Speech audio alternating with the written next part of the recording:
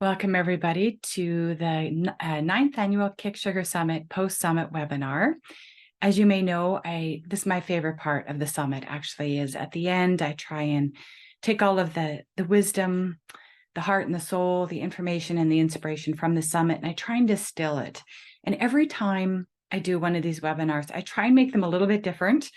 And truthfully, every summit's a little bit different. The constellation of speakers and the focus and the themes that sort of emerge are a bit different. So this year is that it's sort of a summary of the insights of the summit and helping you distill them and make them actionable so that you have a clear sense of, okay, I just got fire hose. That was a lot of information. How do I make this practical in my own life? So that's my goal. I will share my screen and I'll get started.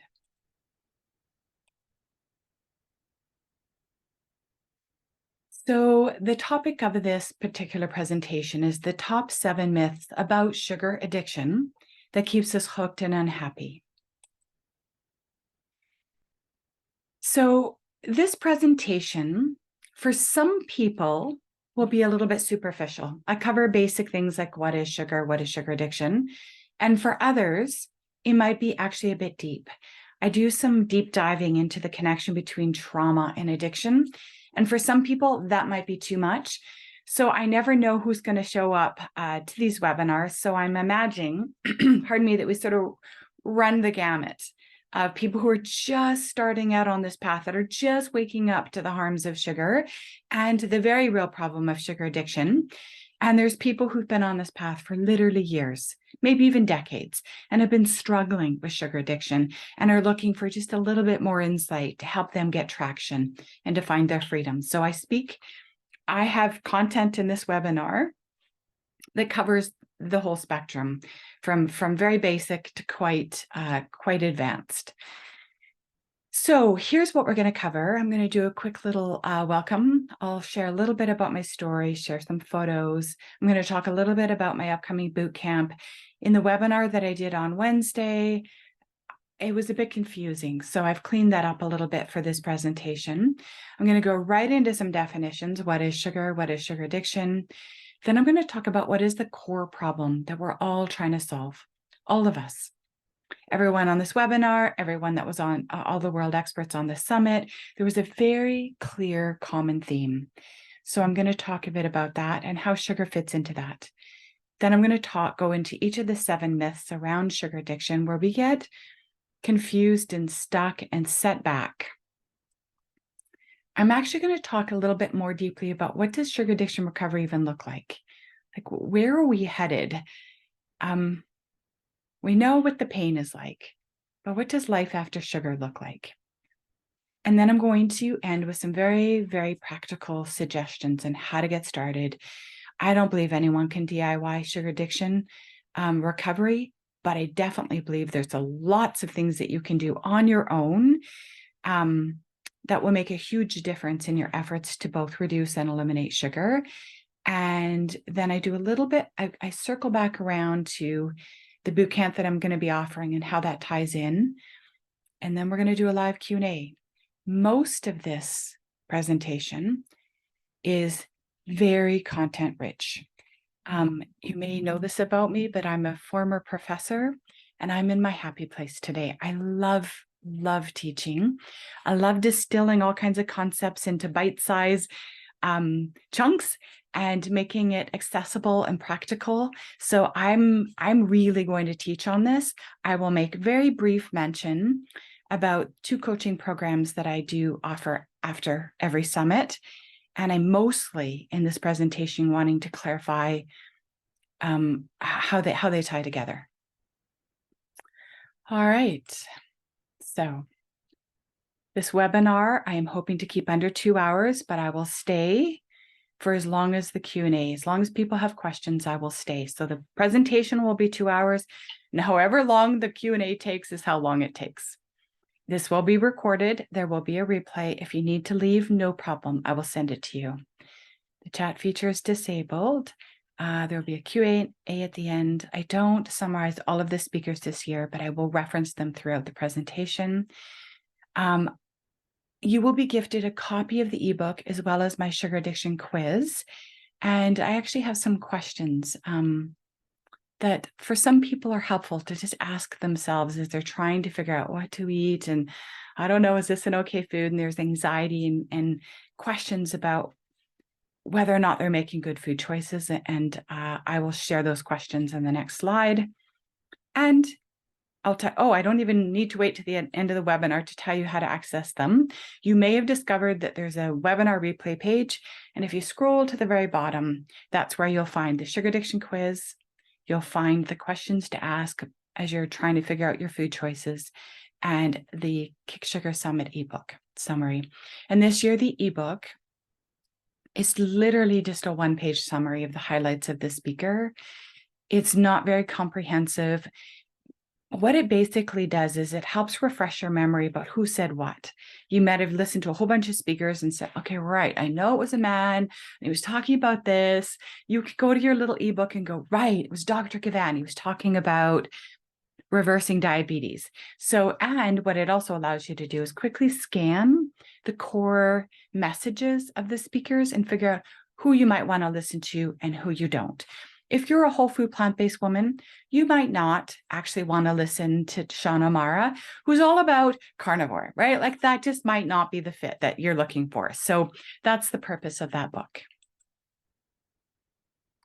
So there's the book there.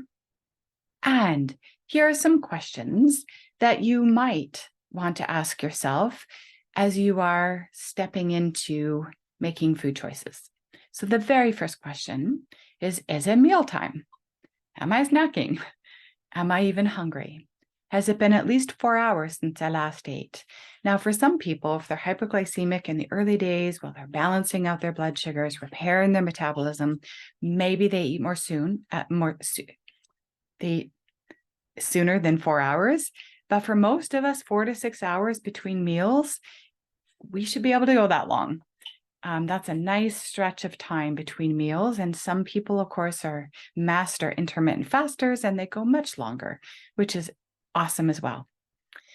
Next question to ask yourself is this food good for my body?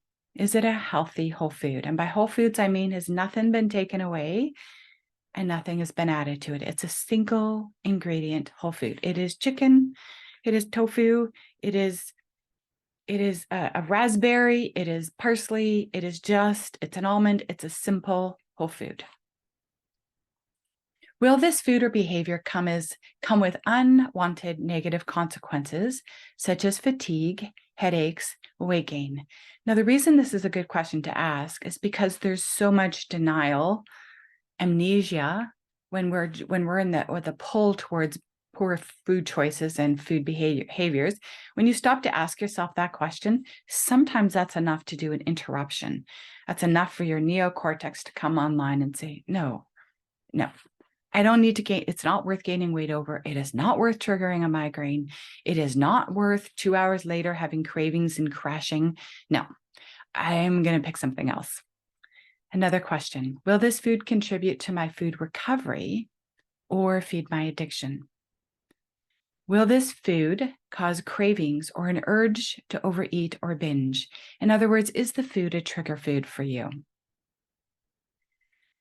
Would eating this food at this time in this amount feel peaceful at the end of the day or bring shame, guilt, and regret? One of the highlights of Life After Sugar and Life After Sugar Addiction is the incredible peace you feel that every single night you can go to bed without the shame, guilt, or regret that we used to live chronically. So I wanted to just emphasize that it isn't just the food choice, it's the food choice at this time. Would eating this food or drinking this beverage at this time in this amount feel peaceful? And if it wouldn't, maybe that's your cue to do an intervention. Am I eating this food for pleasure and comfort outside of an abstinent planned meal? In recovery, what we want to do is become monogamous to our meal times. Just like most of us have marriages that are monogamous, that we are in committed, loving relationships where we do not seek pleasure and comfort particularly of the, sexual relationship oriented kind in other relationships. That's what we keep contained within the committed marriage or partnership. And this is similar to what we do with food, that we have these beautiful, abundant, healthy, wholesome meals, and we eat those, and we don't snack in between, that we don't seek pleasure and comfort from food outside of our meals. And so it's a really good question to ask yourself, am I using food for pleasure and comfort outside of my meal times? Is this food choice or behavior numbing me from what I don't want or moving me towards what I do? Is this food in alignment with my highest intention around how I want to eat? All right, I'll just hit you up with some highlights of my story. You know, I'm the founder of the Cake Sugar Summit, and I'm the CEO of a health coaching company called Better Health Coaching Incorporated. My area of expertise is in helping individuals break up with sugar, reverse metabolic syndrome. And I have walked this journey and failed a lot. My passion is teaching, and I'm a former university and college instructor, and I'm a certified health coach, and I have a BA and a master's in philosophy. How sugar nearly killed me. At the age of 16, I was topping 170 pounds. So obviously I had weight gain. I had acne, and later, so I had cystic acne in my late teens, early 20s.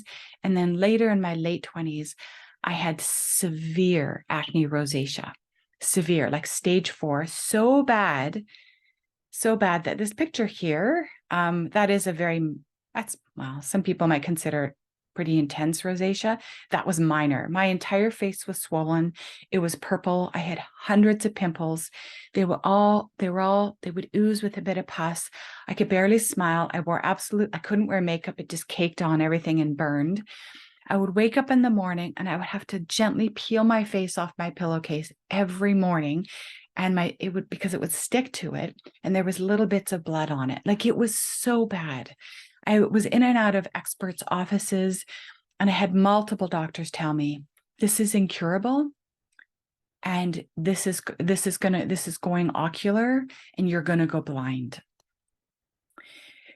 It was awful. And I actually, because I'm a little researcher, I actually went to my own university medical center library area, and I looked up rosacea, and I was sitting on this huge table with all of these books, and all of them said it was incurable, and that the best we could do was treat it with daily antibiotics. And there was topical stuff, and there was a few other things. And so literally I was on antibiotics every single day for almost a year. Every single day. Can you imagine? It worked. It profoundly helped it.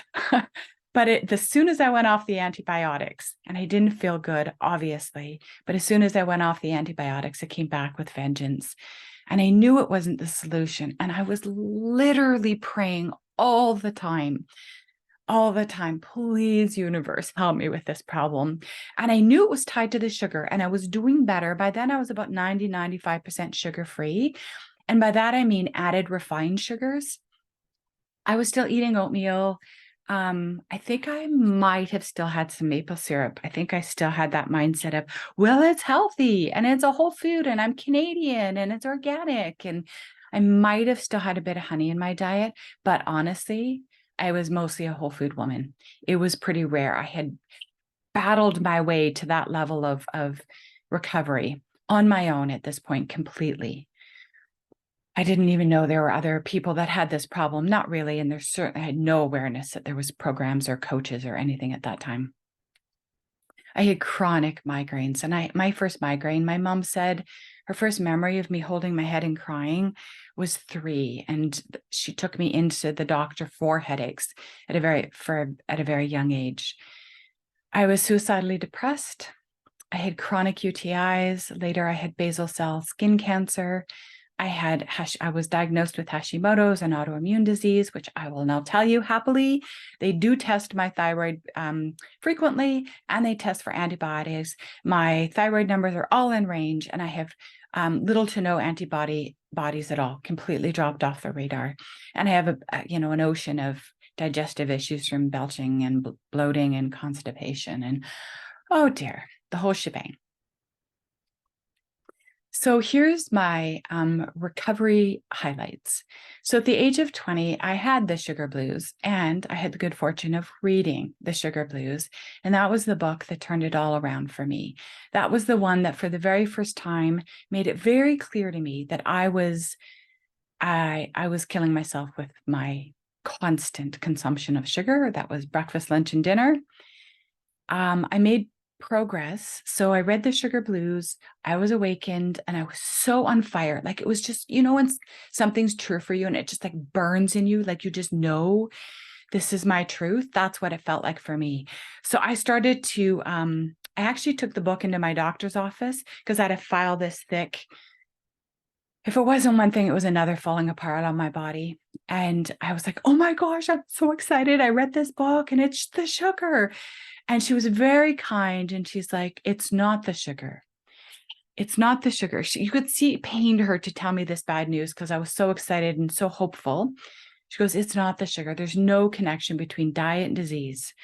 There's no connection. And there's no connection between food and mood. But it's not going to hurt you to not eat sugar. Like, that would be a good thing. But yeah, it's not going to resolve these medical issues. So I was very discouraged. I was very depressed, actually. It kind of plunged me into this total despair because it just ripped the one glimmer of possibility that this health crisis that was just getting worse, not better, even though I was taking more and more medications, that she'd pull the rug out from under me. But the thing is that something came back into my system. I'm like, no, I think there's something to this. And so even if it's just me and William Dufty, I'm gonna give this a shot. So I muddled my way forward for 14 years on my own, very annoyingly to my friends and family, truthfully. Many of us make this mistake that when we first start to get sugar-free and we start to get some results and we're so excited and we know there's something to this, I was preaching all the time. I don't do that today. If you want help, I will help you, but I certainly am not on my soapbox like I used to be back in my 20s. Like, don't eat it. It's so bad.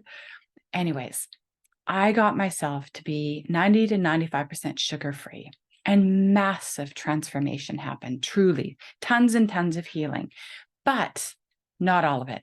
I still had migraines, although they were significantly less. I still had acne rosacea, even though it was significantly improved as well. I lost my weight completely. I took up running. I still had bouts of depression, but they were fewer and farther between. There was massive improvement there as well. But then I got pregnant, and I was so committed to making sure that no sugar went into my body because I knew I was making the baby and I did not want her to wind up with the same addiction I had. So I was mostly absent during my pregnancy. I had a cheese sandwich and I had a piece of pumpkin pie. They were 6 months apart. And that was it. Other than that, I was a whole food woman. And then once Sky was born, I was also deeply committed to make sure that I was not dripping sucrose through my breast milk into this baby and setting her up for this addiction. So I was like white knuckling and like really committed. And eventually, when Sky was about 1, I went back to university. I went back to teach at a university. And I started, the typical new mom, burning the candle at both ends. And I relapsed. And I remember picking up Sky from daycare and coming home and nursing her. And I just felt horrible that I had just had I just had a cookie binge. Like on the way home from the university, I stopped in and got my favorite cookies and picked her up. And then I got home and I was nursing her. And I just felt like, I don't want this. I was so frustrated with that. I can't get this. Like, I know I don't want to be doing this to Sky. I don't even want to be doing this to myself. And I got really deeply, deeply despairing. And I dropped to my knees. And I remember facing my closet. And it was an open closet. It was the way my house was. And I was looking at shoes and I was praying. Like, I was very agnostic at the time. And I didn't know what I was praying to, but I was crying out, please, there's got to be a way to get through this. Like, why do I keep relapsing? And I need help, universe. And so the next day, it heard me.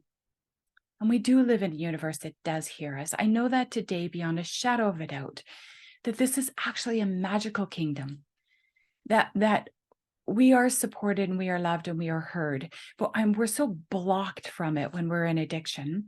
And I certainly was. So thank God, though, there was this little ad in the local paper, and it said, do you compulsively overeat? Do you binge eat sugar? Do you lose control with certain foods? Blah, blah, blah. I'm like, yes. Yes. Something about sugar and flour. I think it mentioned that. I was like, oh yes, that is me. So I got a guy named Ron who was so lovely. He goes, oh, you're one of us. It's okay. No problem. We got you. We'll teach you how to get free. So the next day I went to a meeting and they did. So I spent 2 years, it was between 2 to 3 years, somewhere in there. And I eventually got abstinent. And by abstinent, I mean squeaky clean, whole foods only. Everything was weighed and measured, no snacking, whole meals, on a schedule, which was very not my temperament. I am very free-spirited, very neurodivergent. And it took a long time for me to get my first 90 days of back-to-back abstinence. But let me tell you, the difference between 90 to 95% sugar-free for me and 100% sugar-free, no snacking, whole foods only, night and day. Not absolutely, indescribably night and day. It took about, I think it took about 6 months for my acne rosacea to finally completely clear. It took that long. Can you imagine? And I mean, I was doing it. It took that long for my skin to completely heal, for my digestive tract. Can you imagine how much damage I did with all those antibiotics? Unbelievable. And gobsmacking amounts of migraine medications. I literally lived on Advil and Tylenol. Every time I say that, I literally have a pang in my liver. I'm like, I want to hold it and say, I'm so sorry. I just didn't know. I didn't know it was, all the junk foods I was eating. So this massive transformation happened. So in this particular 12-step program that I was in, you have to have 90 days of back-to-back abstinence before you can go to the front of the room and share your story, or even share at a meeting at all. And it was a very interesting reason why. It was very annoying because I'm extroverted and I could see all these other people going up to share their stories or do readings or weigh in on, topics. And I had to sit in my seat and zip it because I couldn't weigh in on anything until I had 90 days of back-to-back abstinence. And I kept breaking it 17 days and 22 days. And then I'd finally get 35 days and I'd have a break. And then one day I finally got to 87 days. And dang, I had a break, right? I had to go all the way back to day one. It was like I was never going to get this. Eventually, I did get it. And I got to go to the front of the room and I shared my story. And the room was packed because everyone knew, oh my God, this woman finally got it. Holy smoly. At least I only found my first 90 days, but it was a major milestone. And I go up, and at the end of that share, I drove from the meeting to Walmart and I walked into the photo booth and I said, I want to take a picture of this moment because I don't have a stitch of makeup on. And after a decade of horrible, maybe even longer, decade of migraines, horrible acne, rosacea, a million sort of health issues, I today am migraine free and I have no blemishes and I never want to forget this day. So it was a night and day experience physically for my body to be fully abstinent. It was a radical difference. The downside for me at that time was that I felt quite trapped in that it was in this particular program I was in, there was nothing online. You had to be there in person. And that meant that for me, every single Saturday morning, Wednesday night, and I think it was a Tuesday, were never going to be mine again. I would never be able to do something on a Saturday morning. I was never going to be able to do something on a Wednesday night because there were only 3 meetings in my community that I could attend to. And in order for me to stay working with my sponsor, those are the meetings I had to be at.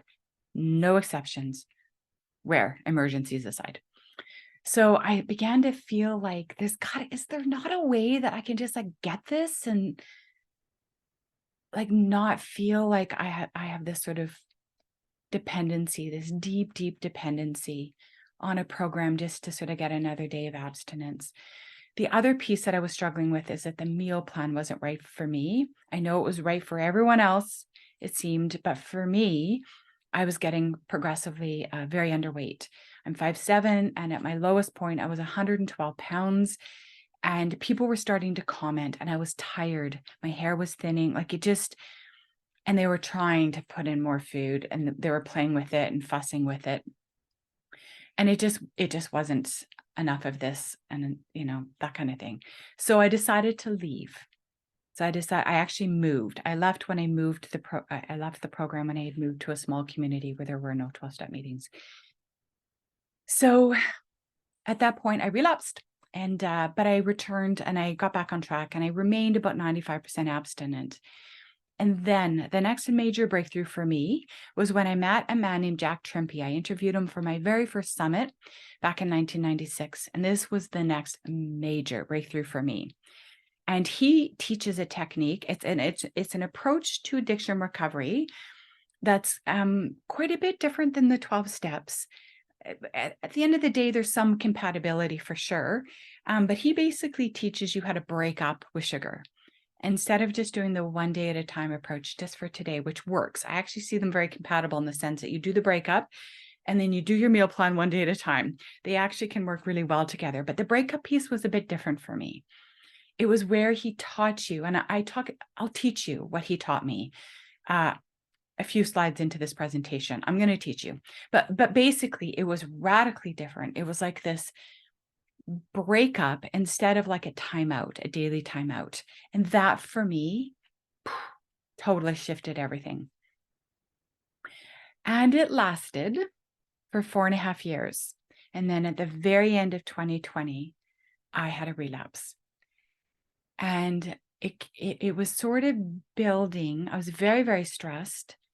And I relapsed. And it was then in that relapse that I realized that one of the next biggest epiphanies on my journey of recovery was about the fact that I was not dealing with my trauma.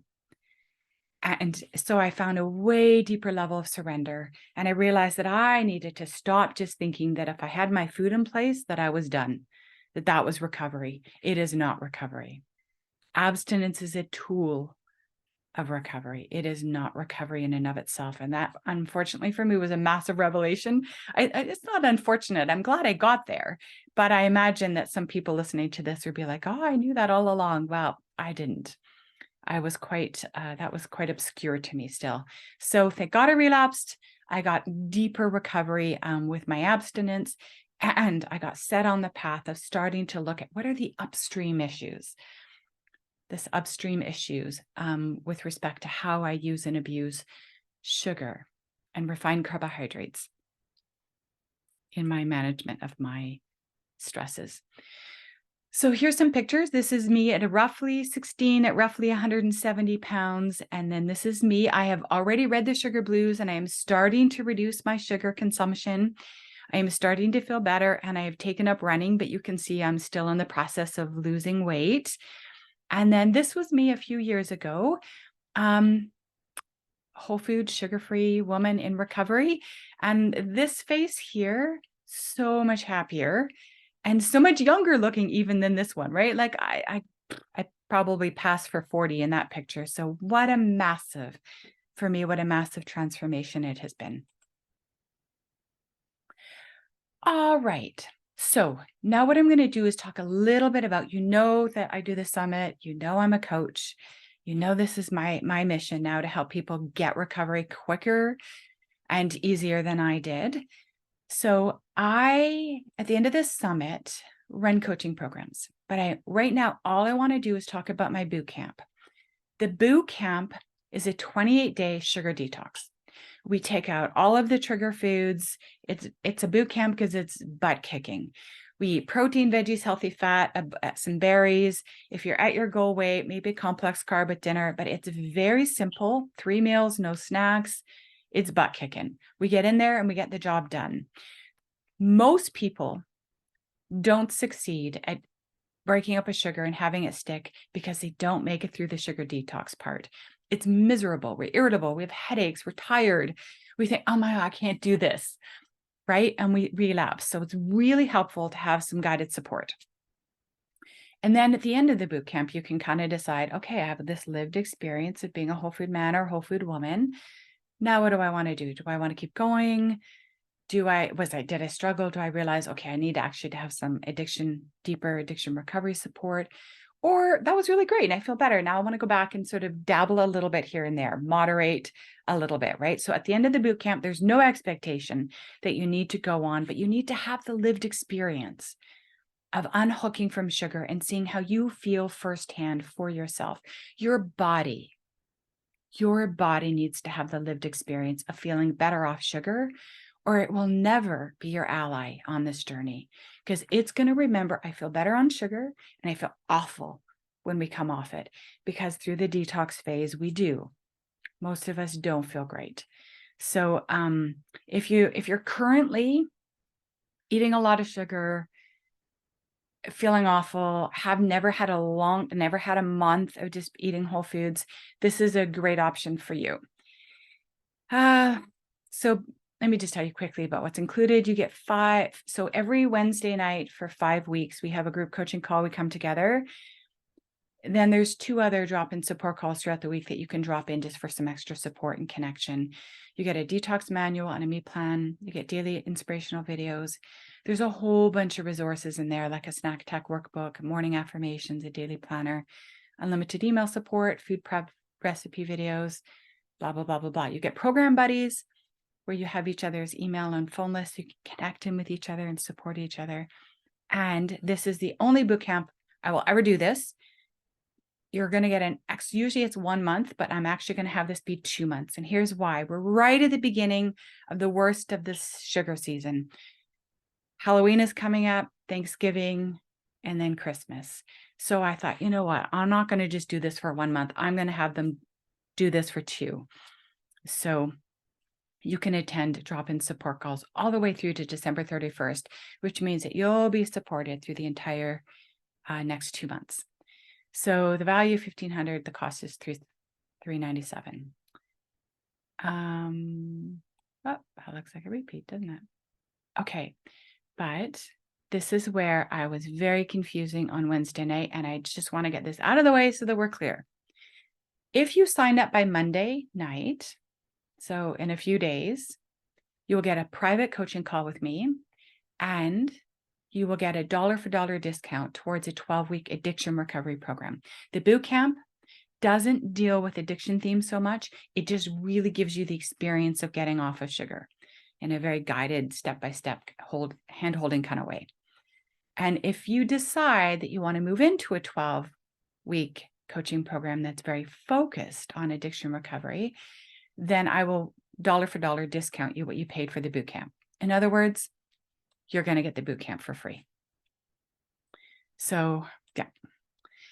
Now let's go into some definitions. What is sugar? When we're talking about sugar, what is sugar? So many people have different definitions of sugar. Some people be like, stevia is not sugar, or maple syrup's not sugar, which is what I believed for a while. I'm going to talk a bit about what is sugar addiction, and then we're going to do a sugar addiction quiz. So what is sugar? Sugar is a saccharide. Saccharides are carbohydrates. Sugar, carbohydrates, and saccharides are the same thing. Different words, same thing. So when you think carbohydrate, think sugar. When you think saccharide, think carbohydrates. Same. They come in 3 configurations. They're monosaccharides, they're disaccharides, and they're polysaccharides. Monosaccharide is a single molecule of sugar. Disaccharides are 2 molecules of sugar are bound, and polysaccharides are chains of sugar that are bound together. All grains are polysaccharides. So if we take out the word saccharide and say polysugar, all grains are polysugar. Grains are sugar. So grains, vegetables, and fruits are carbohydrates. In their whole form, they are beautiful, healthy, and they have a place in the human diet. It doesn't mean that everybody, there's massive bioindividuality. Some people will thrive on those and some people won't. But in theory, there are no whole foods, in my opinion, that we need to demonize, ever. Whole foods are whole foods. Whole foods are good for somebody. They just might not be good for you. But once we've damaged ourselves metabolically, many of these beautiful, healthy whole foods are no longer healthy for our bodies because they are feeding into metabolic syndrome, and that sometimes going really low, even on the healthy whole food sources of carbohydrates, can be very, very helpful. When we take any saccharide and grind it and concentrate it, they convert into pure sugar in the mouth very, very, very quickly. And this is what's happening in our modern culture, that so much of our whole healthy carbohydrates are powdered and concentrated and processed and ultra processed, and it is wreaking havoc. Here's examples of sugar. Everyone knows to look at that. Oh yeah, that's sugar. That's the bad stuff right there. Everyone knows that that's not good. But most people don't look at these examples of sugar and think, oh, that's sugar. No, they don't. They think, oh, come on, potato chips. That's no big deal. Popcorn, whatever those onion ringy things are there. Corn chips, pretzels, crackers, cheesies, right? They don't look at that and think sugar, but they should.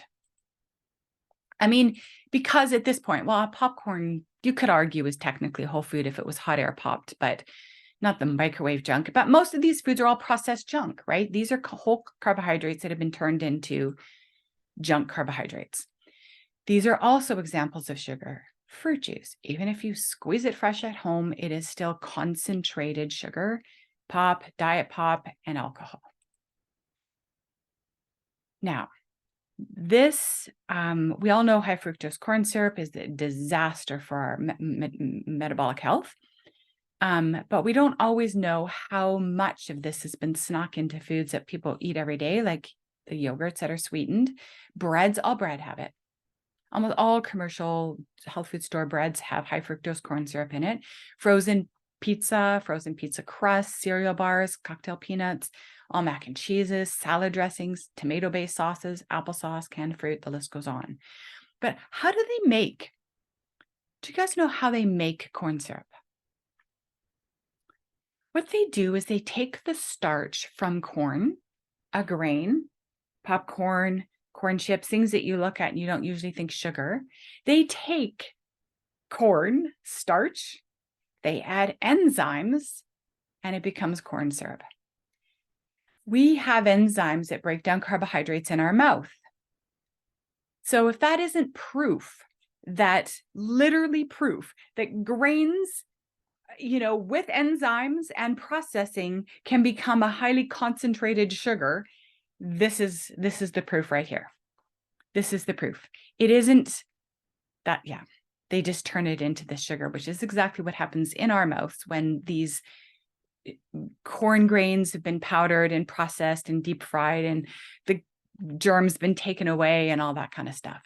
So the bottom line is this: what are the 4 problematic sugars for those of us that fall on the sugar addiction spectrum or fall on the metabolic syndrome spectrum?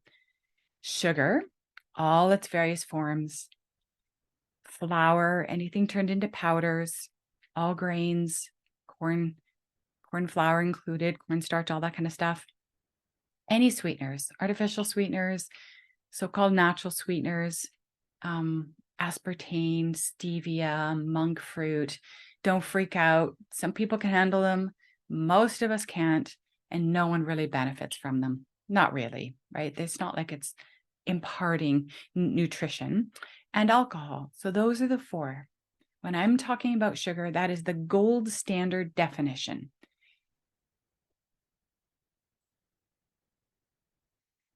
Now let's talk about what is sugar addiction. Here is a definition from Medical News Today. Addiction is an inability to stop using a substance or engaging in a behavior despite known negative consequences and the genuine and persistent desire to stop. So you're aware this is hurting you and you truly, truly want to cut back or eliminate. Sorry, cut back or eliminate. But you just are struggling to do so.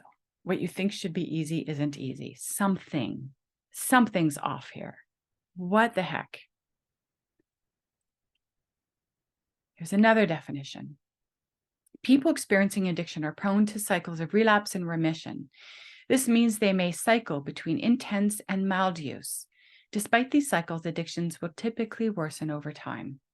So in other words, one of the misunderstandings about sugar addiction is they think that it's just always linear and progressive. It just gets worse and worse and worse. No, people are all individuals that experience addiction will have cycles of relapse and remission. There's times when they're doing fine with it. We're not overeating sugar. In fact, we can have a little and go, wow, that's enough. And think, see, I'm not addicted. I just occasionally overdo it. I'm an emotional eater, right? And we miss the fact that, no, that is a normal part of the addiction syndrome, that we do cycle between intense and mild use. But over time, the trend line is in escalation. So this is where we have a major misunderstanding about sugar addiction, is that we see our stretches of so-called moderate or normal eating as evidence that, no, I don't have an addiction. Or when we've been abstinent for a while and we go back and we seem to be able to moderate it and handle it for a little while, I kind of think, oh, I'm good. I'm over that. I've recovered from my addiction. See, I can have a little and not go off the deep end now. That's kind of where I was when I was in the 90 to 95%. I still had an addiction running, but I was able to get it managed that far. But I was not a normal eater. I will never not be someone who experiences addiction when I take the first bite. Here's a Healthline definition. Addiction is not diagnosed until there's a history of chronic use, attempts to reduce, and relapse. So what's very important about that definition is that we can't even put our hand up and say, I'm Florence. I have the experience of sugar addiction until I've actually attempted to abstain. I can't know until I've had maybe even a week or 2 weeks or 30 days. Like, you can't really know. Most people just think, oh no, I'm not addicted. But they've never seriously attempted to not eat sugar, flour, sweeteners, or alcohol for a week or more. And you can't know physiologically what's going on for you with this substance until you've in earnest attempted to totally abstain. And by abstain, what do I mean? No sugar, no flour, no sweeteners, and no alcohol. And I would say for a minimum of a week. And if it's easy, you truly are not on the spectrum. And if it's a struggle, you might be. Most people assume that if they had to, they could moderate or completely abstain from those 4 substances and have no problem, but they don't test it. And once they test it, their consumption can get worse. And then they blame it on abstinence, not the addiction. So for example, there's a school of thought that says, no bad foods, intuitive eating, like all foods are good. Don't deprive yourself of any food group or any sort of food, because that can lead to feelings of deprivation, and that can lead to a binge eating problem. There's truth to that. There's absolutely truth to that. But the piece that they're missing with respect to the addiction piece is that when you have an addiction in play and you abstain, you're going to go through withdrawal symptoms, and you're going to have very intense cravings and strong urges to consume it. And that is the addiction in play, not because you've decided to become a whole food woman and abstain. right? And so they just assume that all abstinence, anything that deprives you is the problem. And it's not. No, it's the addiction that's the problem. And it's why addiction recovery requires support and some professional or peer leadership, because if you do it right, if you do abstinent right, it should literally feel like the joy of the answered prayer instead of a lifetime of deprivation. And I know for many of us, even contemplating letting go of our favorite foods, the big four, there's this panic, there's grief, there's like, oh, that's impossible. I can never do that. What? I'd never have chocolate cake again. Like, it just seems utterly awful. But that's because you're approaching it through the eyes of your sugar dragon, not through your higher self.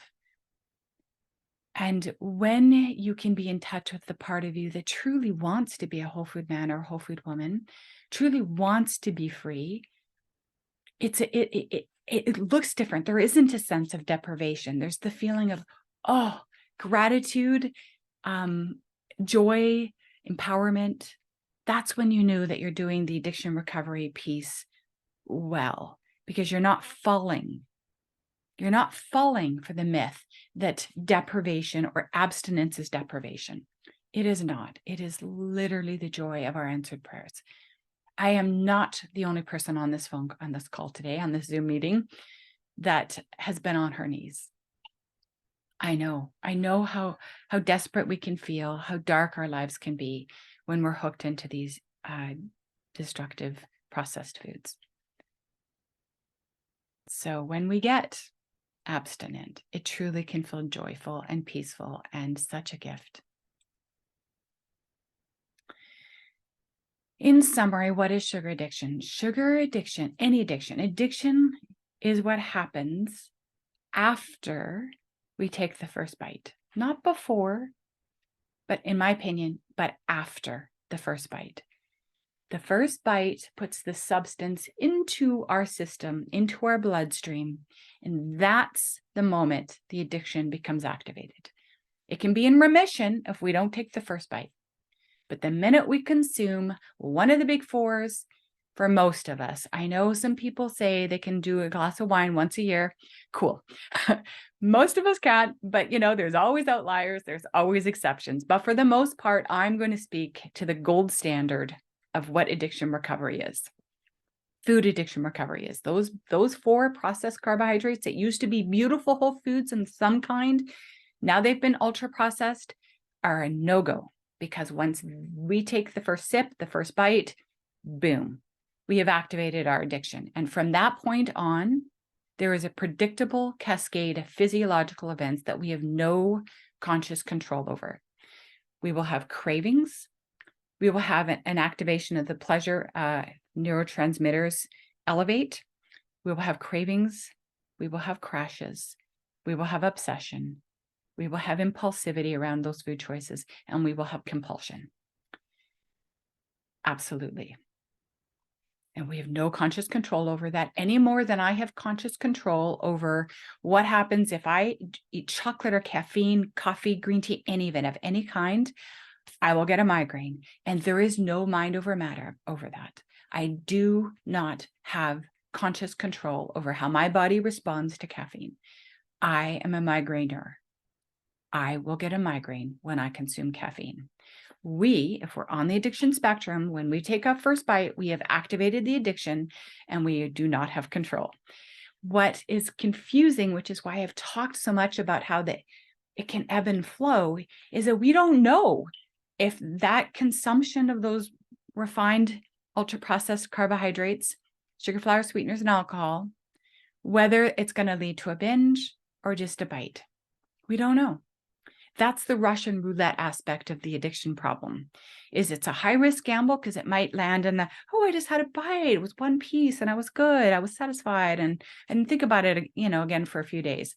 You got lucky.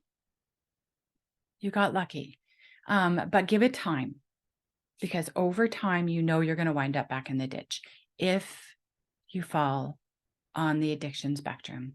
It's just how our bodies are wired. It's nothing's broken. It's just how we physiologically respond to those refined carbohydrates is with an extraordinary, Dr. Mark Hyman calls it the pinball machine, that the brain lights up in people who respond to refined carbohydrates. He goes like a pinball machine. It's not like just one area is activated. It's like ding, ding, ding, ding, ding, ding, ding.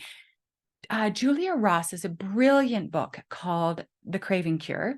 And she says that sugar addiction is unique from other sort of substances of use and abuse because it actually impacts four different neurotransmitter systems in the body: serotonin, endorphins, dopamine, and catecholamines. All of them are impacted, which is not true for necessarily true for other substances of use and abuse. Bottom line, you take the first bite, substance activates the addiction, and now it's out of your control. So you might be wondering, do I fall on the addiction spectrum? Let's do the sugar addiction quiz. So what I'm going to do is I'm going to read a question, and you're going to maybe just make a mental note, or if you've got a pen or paper handy, and every time you say the word yes, just give yourself a point. This quiz is based on the DSM-4. There is a DSM-5 out. I actually found the questions in the DSM-4 just a little bit clearer, and I've reworded them a little bit so that it's specific to our particular substance of use and abuse. So the very first question is, has the amount of sugar or refined, the big four, you consume escalated over time? Have you found yourself needing to eat or drink more to feel satisfied? So that is about tolerance. That's what that question's getting at, is have you developed a tolerance to the substance? Question number 2. Do you experience withdrawal symptoms when you stop consuming refined carbohydrates? Do you have headaches, irritability, cravings, fatigue? What are the other common ones? Those are the big ones. Question number 3. So is there evidence of withdrawal symptoms, detox symptoms? Number 3 is around loss of control. Do you binge eat these ultra-processed foods? Once you start eating sweet and starchy foods, do you find it hard to stop? Do you consume treat foods more often than you would like? So you think, oh, I'll just every now and then, but the escalation. You've lost control over your own sense of what is enough.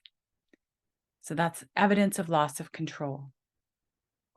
The next question is around persistent desire, basically unrelenting cravings. Do you experience strong cravings for sweet and starchy foods? So potato chips, it could be bread, it could be pasta, right? Those are part of the problem we're talking about here. Have your best efforts at cutting back or eliminating your consumption of refined carbs been unsuccessful? Unsuccessful efforts. You know what that basically is? That's speaking to the fact is, do you keep relapsing? Do you sort of get it? You got it. You're good. You're doing great. And then boom, like either it's really, really hard and you don't get any traction at all, or you just get some traction and you just keep getting back in the cookie jar. This is an interesting question. Do you spend more time, energy, or money securing access to junk foods than you would like? Do you go out of your way? I've gone out in snowstorms. I have gone out in rainstorms. I've gone out in the middle of the night to go and get a fix.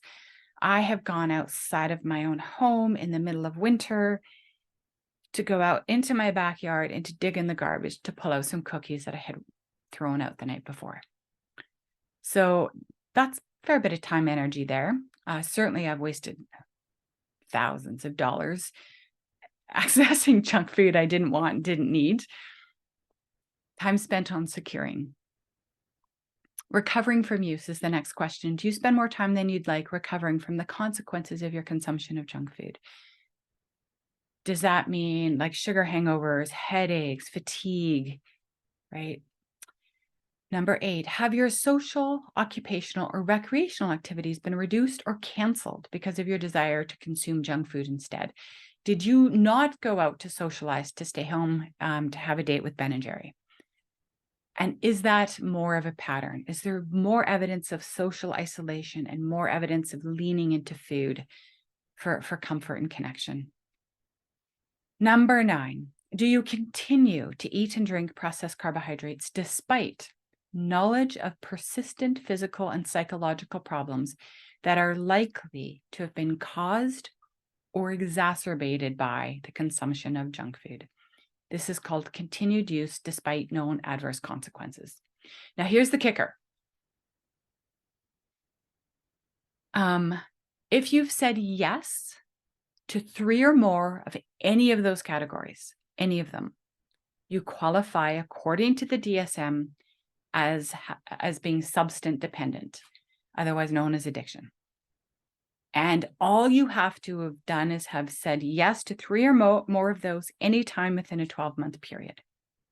So most people, it's kind of recommended. Think about it when your food is the worst, when you're the most off the rails with your food choices and food behaviors. So when we go back, tolerance, not normal. Withdrawal, most people who do not fall on the addiction spectrum don't experience a withdrawal symptoms when they stop eating sugar or decide to go on a sugar detox.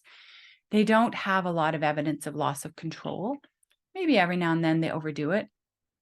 And they'll be like, yeah, sometimes it's a little hard to stop, but, or they'll just say, no, not really. If I've decided I've had enough, that's the end of it. They don't experience persistent cravings. It was nice. They had little, it's great. The next day, there's no cravings, or the next hour, there's no cravings. They have not, if they wanted to stop eating something, they would just do it. They'd be, they might need a little support, maybe some new recipes. Maybe they do it as part of a group thing, but it's not a struggle. They don't go out of their way, waste money, spend time and energy going to get it fixed. They don't necessarily have a long list of negative consequences that they're grappling with. They've not necessarily, maybe very rarely or only occasionally, passed up opportunities to go and be social and have fun with people, to stay home and binge eat. And they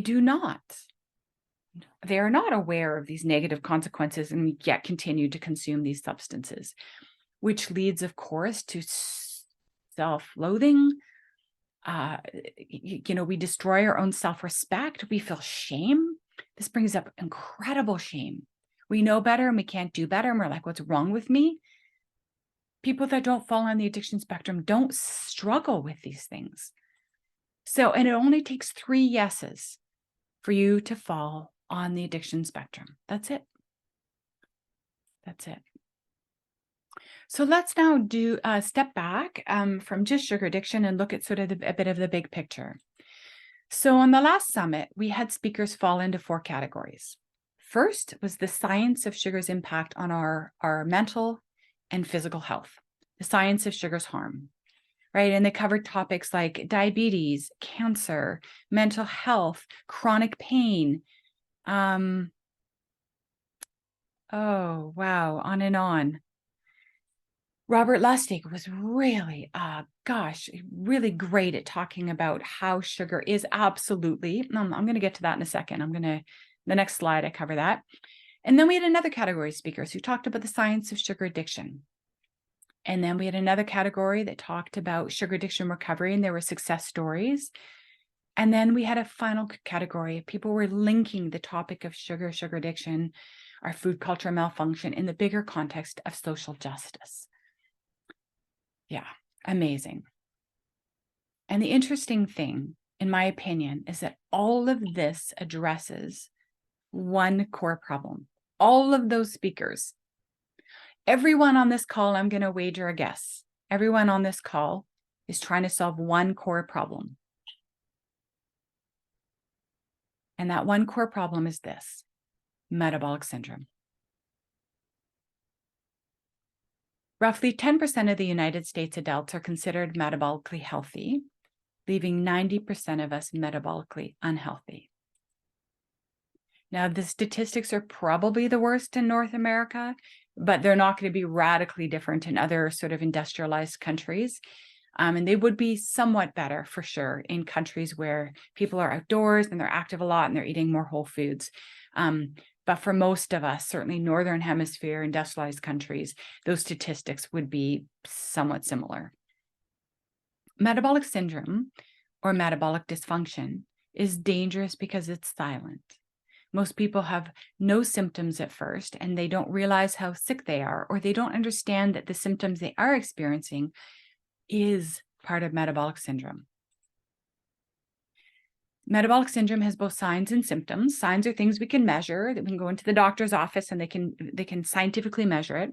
And symptoms are things we can observe.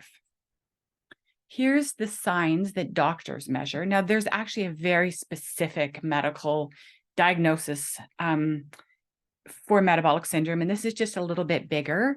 But basically, these are the things that doctors can measure that confirm metabolic syndrome: visceral body fat and liver fat, elevated blood pressure, elevated blood sugar, elevated lipids, like high triglycerides, lipid imbalances, high cholesterol. Most doctors don't do an insulin resistance test, but that can be a good indication. And joint and muscle mobility issues, and those are some of the things that can be measured. Everything should be in range without medications for you to qualify as being metabolically healthy. Rare exceptions aside, for example, someone with type 1 diabetes would be on a medication for, insulin medication. So there's some exceptions, but generally speaking, that all of those should be in range without medications to qualify as metabolically healthy. So here's what metabolic syndrome is. Metabolic syndrome is one disease, hundreds of expressions, hundreds of different ways that it shows up in our bodies. Metabolic syndrome implies that our mitochondria, the energy factories of our cells, have been damaged. And if you've read the book Metabolical by Dr. Robert Lustig, we know that sugar and ultra-processed carbohydrates damage the cells in not 1, not 2, not 3, not 4, not 5, not 6, not 7, but 8. 8 different ways. 8 different ways it creates metabolic damage. So we wind up with metabolic damage, and then it expresses in hundreds of different ways. We've just kind of hit some highlights here: weight issues, obesity, migraines, heart disease, insulin resistance, high blood pressure, fatty liver, mental health issues, depression, anxiety, Alzheimer's, type 2 diabetes, dementia, arthritis, autoimmune. They're all linked. They're all linked to metabolic syndrome. So what happens is that we see the symptoms because they cause us pain. They're making us sick. They get our attention, especially once we've got a diagnosis, right? There's an actual disease, like it's really got our attention.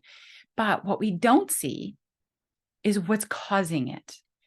So what happens is many of us are in and out of doctor's offices. We're on different kind of medications. For me, with migraines, I had Tylenols, Advils, and then eventually I had T3s. Then I had open prescriptions for codeine. I eventually progressed to triptans, and I was in and out of urgent care with Toradol. All they were doing was throwing medications at it. And none of my health conditions were resolving because we weren't working at this level.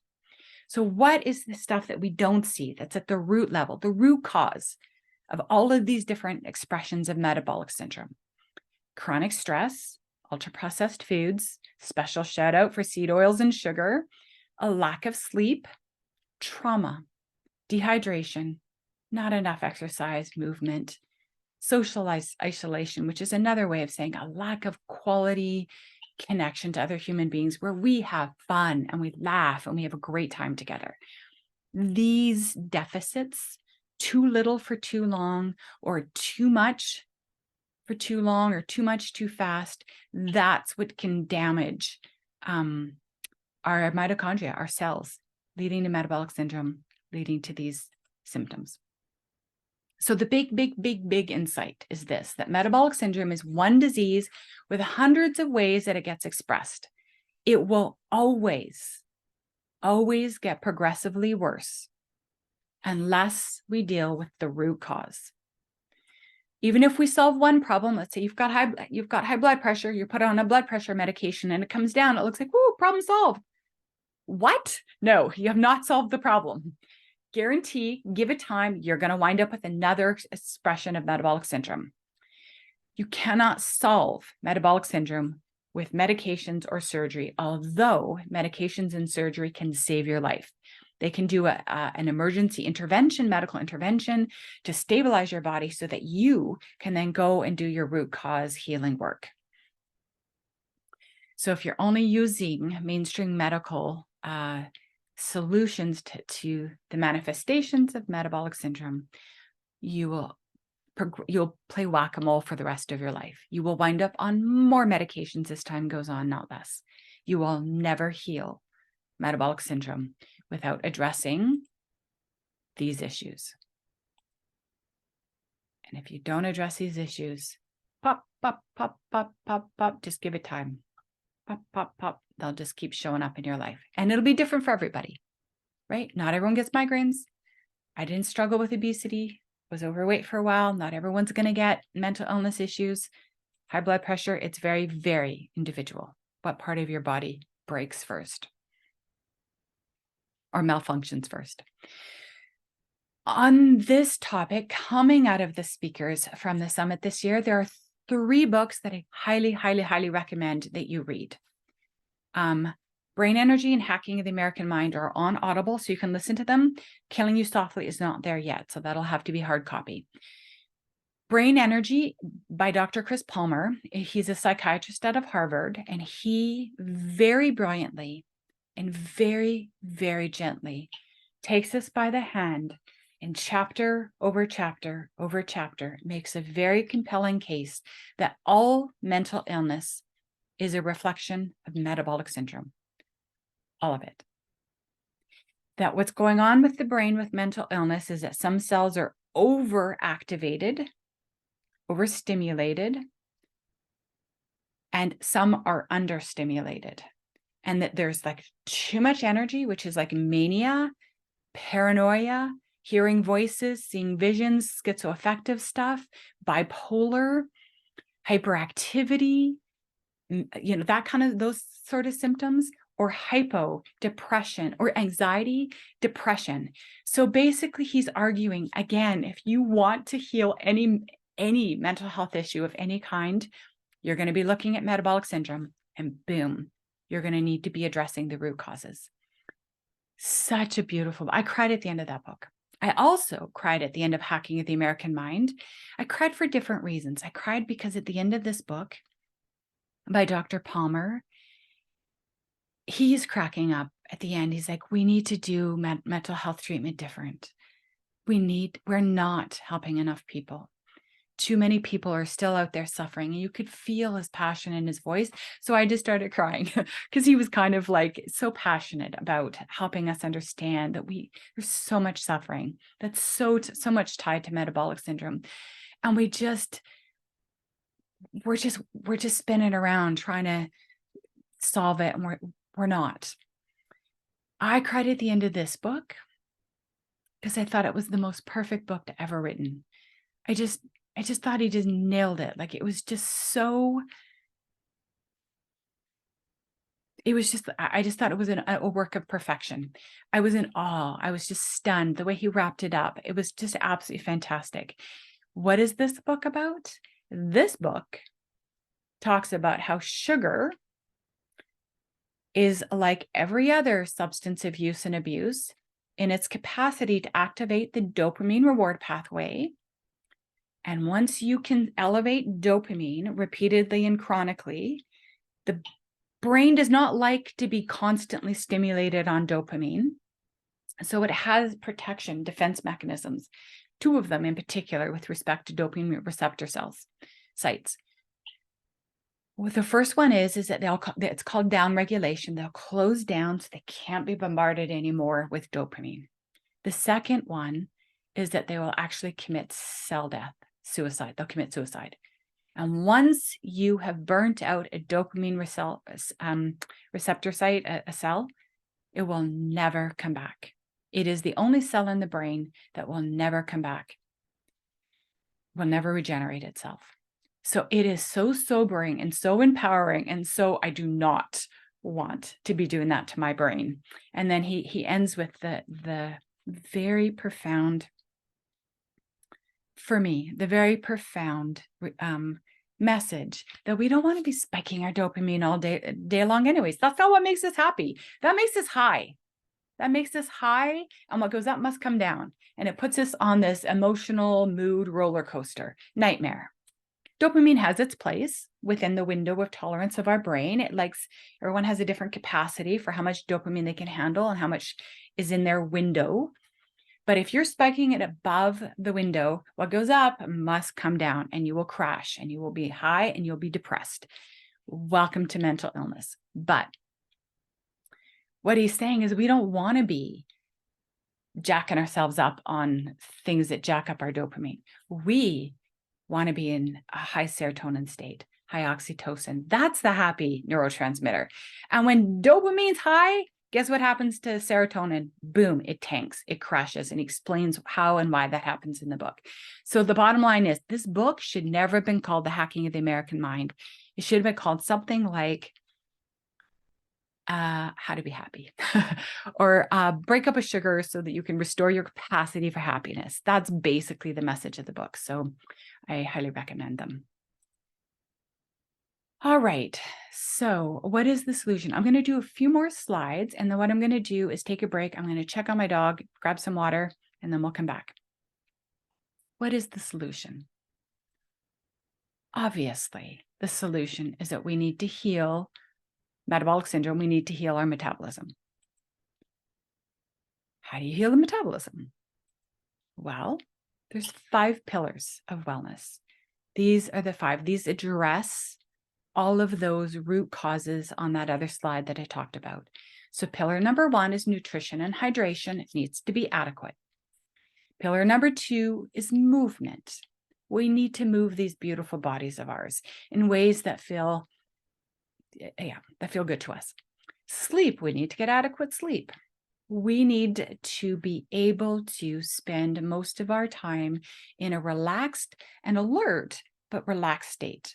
We need to have good stress resilience, and we need to have strong social connections, and not just like friends and family. I actually mean more specifically this pillar, I call it the fun pillar, where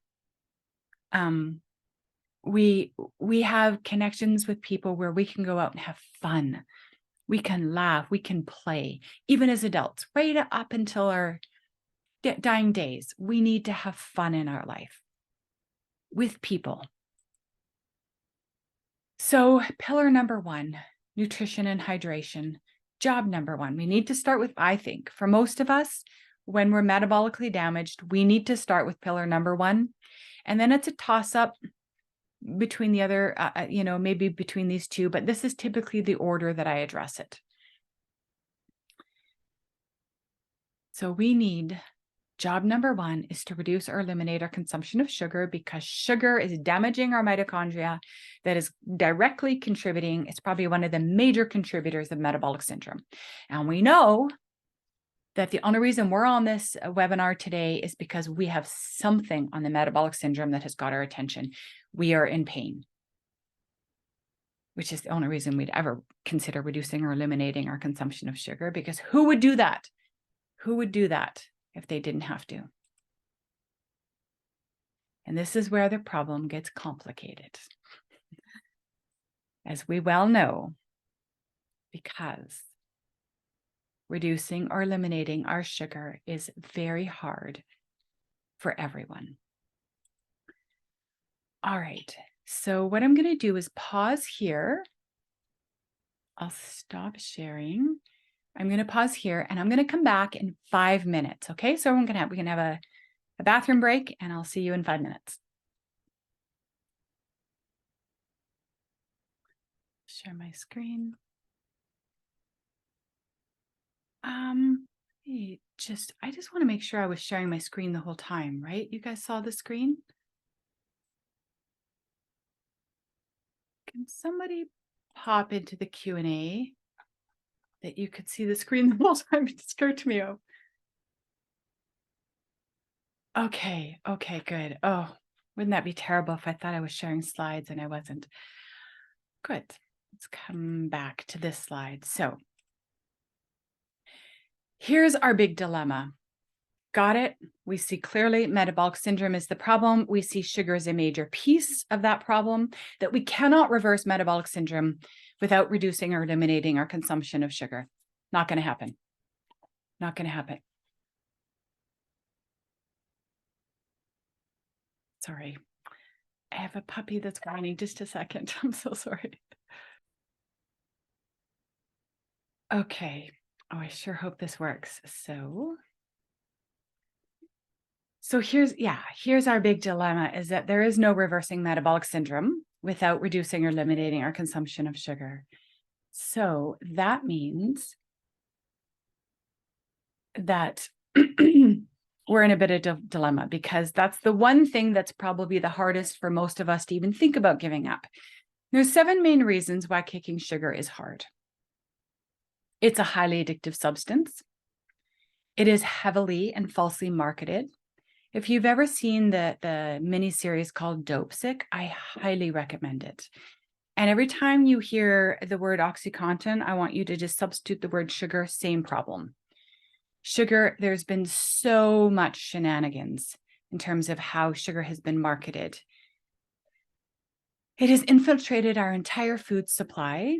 80%, 70 to 80% of all of the foods in our grocery stores contain sugar. Even things that shouldn't contain sugar contain sugar. I'm so sorry. I'm going to have to deal with this dog. Just a moment. I can't think of anything that feels anything more like a bit of a nightmare for someone who's put so much work into a presentation to have a puppy whine at your feet. I'm sorry. I'm just going to have to sort of do my best and hope he settles. All right. So, and it's infiltrated our food supply in places that make absolutely no sense. Like, I've literally been in Costco and pulled out some organic something or another, like chicken fillets or something like that, or frozen vegetables, and thought, what? Why is there sugar in that? Right? It's because it will sell, because the company knows that they'll make more profit. Sugar's also become a major part of our food culture, celebrations, and socializing. And we have a lot of hardwired neurodevelopmental associations between sugar, socializing, celebrations, relief, comfort, love. And we know that neurons that fire together wire together. And how many decades of experience do we have firing all these experiences with sugar, right? Major connection. And we evolved to love sugar, to love the taste of sweet. That's in our DNA. Our ancestors, when they used to find sweet foods, fruits and honey, etc., they came part of complete packages. Like fruits and sweeter foods were always nutritious, delicious. They had antioxidants, phytonutrients, fiber, all kinds of vitamins, minerals, like, right? Like, it's an amazing food. But we get all the sweet, but none of the amazingness now. We get all of the sugar and none of the phytonutrients and the fiber, et cetera. So all we've done as clever little humans is pull out the one little part of what used to be a beautiful package. And the final reason, there's lots and lots more reasons, but another final reason why kicking sugar is so hard is because there are myths and misunderstandings that keep us hooked and miserable and confused and working hard on all the wrong things. So let's turn there. Let's go to the 7 myths. The first myth is that sugar addiction is not a real addiction. It's a pseudo addiction. Garbage. Sugar addiction is a real addiction. And Dr. Robert Lustig's book, The Hacking of the American Mind, will leave you with zero doubt in your mind. Susan Pierce Thompson, in her interview this year, had a really good quote. She said, addiction is addiction is addiction. That's it. There's no pseudo addictions. You do or do not, consume something or behave in a way that activates the addictive response. It happens or it doesn't. Dr. Nicole Lavina is literally a superstar in the sugar addiction space because she was one of the first scientists in the laboratory to start to explore, is sucrose, sugar, an addictive substance? Does it act like other drugs of use and abuse? And unequivocally, she said, all of her studies have been replicated. They're published, peer-reviewed, published. She says there's clear evidence that sugar acts like any other drugs of abuse in research with rodents and shows clear signs of withdrawal. So let's just put that to bed. Doesn't mean that everybody is addicted, but it certainly can be an addictive substance like any other drug of use and abuse. Myth number 2, there's such a thing as someone being an addict. And by that, I mean, back in my day, my 12-step days, I used to stand up and say, I'm Florence, I'm a food addict. I no longer think that's helpful or true. No one is an addict. No one is an addict. People can have an addiction. They can experience addiction. They can experience what happens when they eat up some starchy, sweet stuff and what happens in their system. They can experience that, but they are not that any more than, I am my migraines. A human being cannot be an addict. And the very thought of that actually, and I'm not trying to split hairs here, I'm sharing this because the very belief that we can be an addict as part of our identity actually blocks our recovery. Because what this means is that we've blended with the physical experience of addiction, that part of us that gets hooked into the substance. That's not who we are. That's a part of us. It's a small, teeny, tiny part of our brain and nervous system. And so when we think we are that, we've blended with that. And that blending blocks recovery. And this is where we come back to what was so helpful for me with rational recovery. So Jack's big insight is that anyone who has an addiction, struggling with addiction, is of two minds. There's a part of them that loves whatever it is, their substance of use and abuse, or the behavior of abuse. And then there's another part that is awakened and is already clear that there is negative and unwanted consequences happening here, and I don't want to do this anymore. And he said, you are not an addict. You're not an addict until, boom, you become of two minds. As long as you're just of one mind. Now, someone might look at you and say you're using and abusing a substance, but you are not,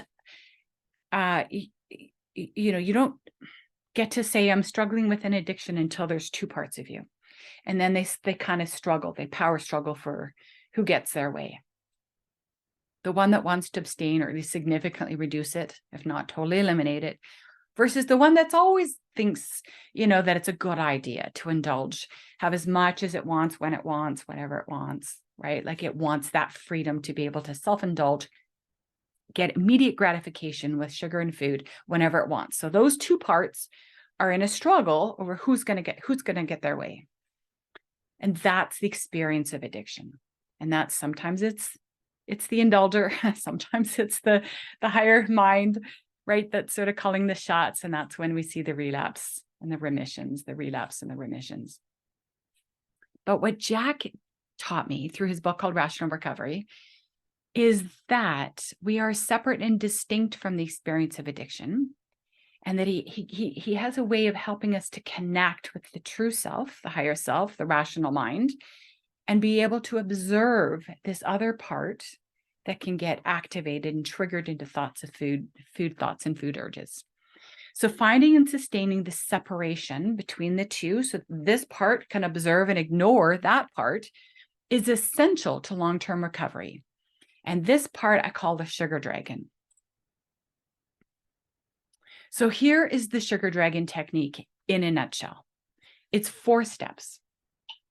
The first step is that you make a decisive decision to abstain forever. We don't do this as like, oh, just for today or till I've lost my weight or until I'm no longer whatever, until one of my my most painful metabolic syndrome symptoms have disappeared, then maybe I could go back and have a little bit. No. You might be able to. That could be your path. That could be a decision you make for sure. But the sugar dragon technique doesn't work in that case. This works for people who are done. They're done and they know it. They want a breakup. If you've ever had a breakup or a divorce and you got to that painful place where you just lost hope that this was a salvageable relationship, you know what I'm talking about. This is if I never eat sugar, flour, sweeteners, or alcohol, put that in my body again, I will die a happy, grateful woman. That's what I'm talking about, that you are at that point. You're cooked, finished. That's where you make a decisive decision. I never want to put those foods in my body again, because it's your truth. You're not talking yourself into it. You can't. It's your truth or it's not. But when you're in touch with that truth, then you can make a decisive decision. And you could just say, as painful as this is, and as much grief and difficult as this might cause me, from this moment, I truly just want to close that door and move on. The second step is that you will recognize that there will be a voice in your head that comes in to play that will say, that's crazy. That's impossible. You don't need to do that. You're not really an addict. Oh, you can moderate if you try harder. You should get some therapy. Whatever it will say. That voice, that's the dragon. And I know if you're on the addiction spectrum, I know your dragon, because it will suggest and justify exceptions to your I don't eat that rule. The third step is that you're able to observe it. The dragon's beacon off again. Look at it. And the fourth step is that you will be able to ignore it. And how do you learn to ignore those food thoughts, food chatter, food urges, those cravings? How do you do it? It's easier when you have that separation, when you can observe it and you go, that's not what I want. That's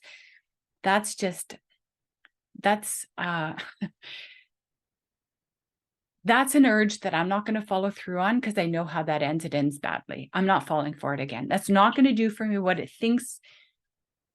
think it's going to do for me, what it says it's going to do for me, like comfort me and make everything okay. No, you're not. You can't do that. You don't do it. You failed me every time. I feel a little bit fine for a while and then I crash and I still have the same problems, right? You start to call that the dragon's bluff. The thing that you need to understand about the dragon that's the game changer is this. The dragon, as much as it's in your head and it can suggest and justify and pull up images and cravings and try and sweet talk you into a little because you had a hard day and you deserve it, is that the dragon can do all that and it does it very well, but it cannot move your body. It cannot move your arms. It cannot go and get your car keys. It cannot make you do anything that you don't consciously choose to do. It has no voluntary control over your body. So when my dragon gets going sometimes, and it never goes away, it just gets really quiet. And eventually it becomes an ally. But let me explain that in the next slide. In the early days, I would say to my dragon, okay, I hear you. You're crying like a banshee because you really, really, really, really want to have a piece of cake too, or whatever it was. I'll make you a deal. I'll have a piece of cake if you move my big toe. Okay, just give it a wiggle. Oh, you can't do that. Got it. You got no power. I'm going to do what I want to do, right? Like you just step into your power. These limbs don't move without your willing, conscious, voluntary control. At that point in time, you understand that it's game over for the dragon. it's game over for the whole addiction. The whole thing can totally just crumble. It's over. It's over.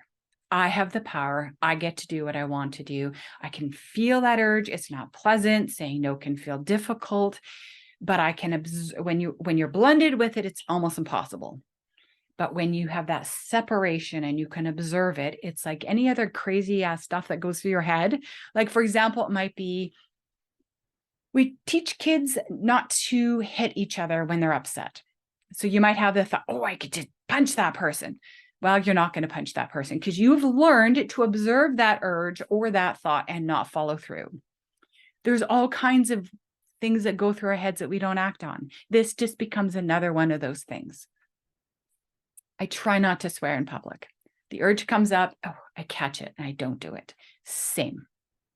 We do this already. We have the skill. We just haven't applied it in the way that Jack has taught addicts to apply it in the context of addiction. So here's, there's a little bit more to this that's going to come in when I talk about regulating the nervous system. It can be extremely, extremely difficult to unblend from the urge. And there's things we can do to help make that separation happen easier. And I'll talk about that shortly when we talk about trauma. Okay, so here's the thing that I most want you to know about the sugar dragon technique, or specifically about the sugar dragon itself. Here's what your sugar dragon needs to know. That it was right about what it learned about sugar. It's right. You are right. All those years of experiences of eating this and feeling relief, or eating this and feeling pleasure, drinking this and having a little lift in mood or energy. You're right. You learned well. You didn't make this up. You're right. And you're absolutely right that when I stop eating the big four, that I will go through withdrawal and it will be terrible. I will be depressed, sick, miserable. Yes, that is a real thing too. I understand. But here's what you don't understand, Dragon, is that over time, once the withdrawal symptoms have cleared and my metabolism starts to heal and my mental, my neurotransmitters start to balance and regulate, and receptor sites that have closed down start to open up again, and I have more of the feel-good neurotransmitters I need in play just naturally, and I'm exercising more and I'm sleeping more and I'm doing all this wonderful, beautiful self-care, we will feel way better in a sustained way than we ever felt when we're high and jacked up on junk food. And it needs to know that we are not giving up food pleasure. That right now we might not enjoy salads, but one day we will enjoy it way more than we ever enjoyed Black Forest cake. It doesn't have that lived experience yet. But when you can stay abstinent long enough, your taste buds go through rehab. I forget, one of the speakers on the summit was talking at taste bud rehab. Once we've gone through taste bud rehab, all these beautiful whole foods will be as delicious as anything you ever got yourself into in terms of junk food. So we don't need to give up food pleasure.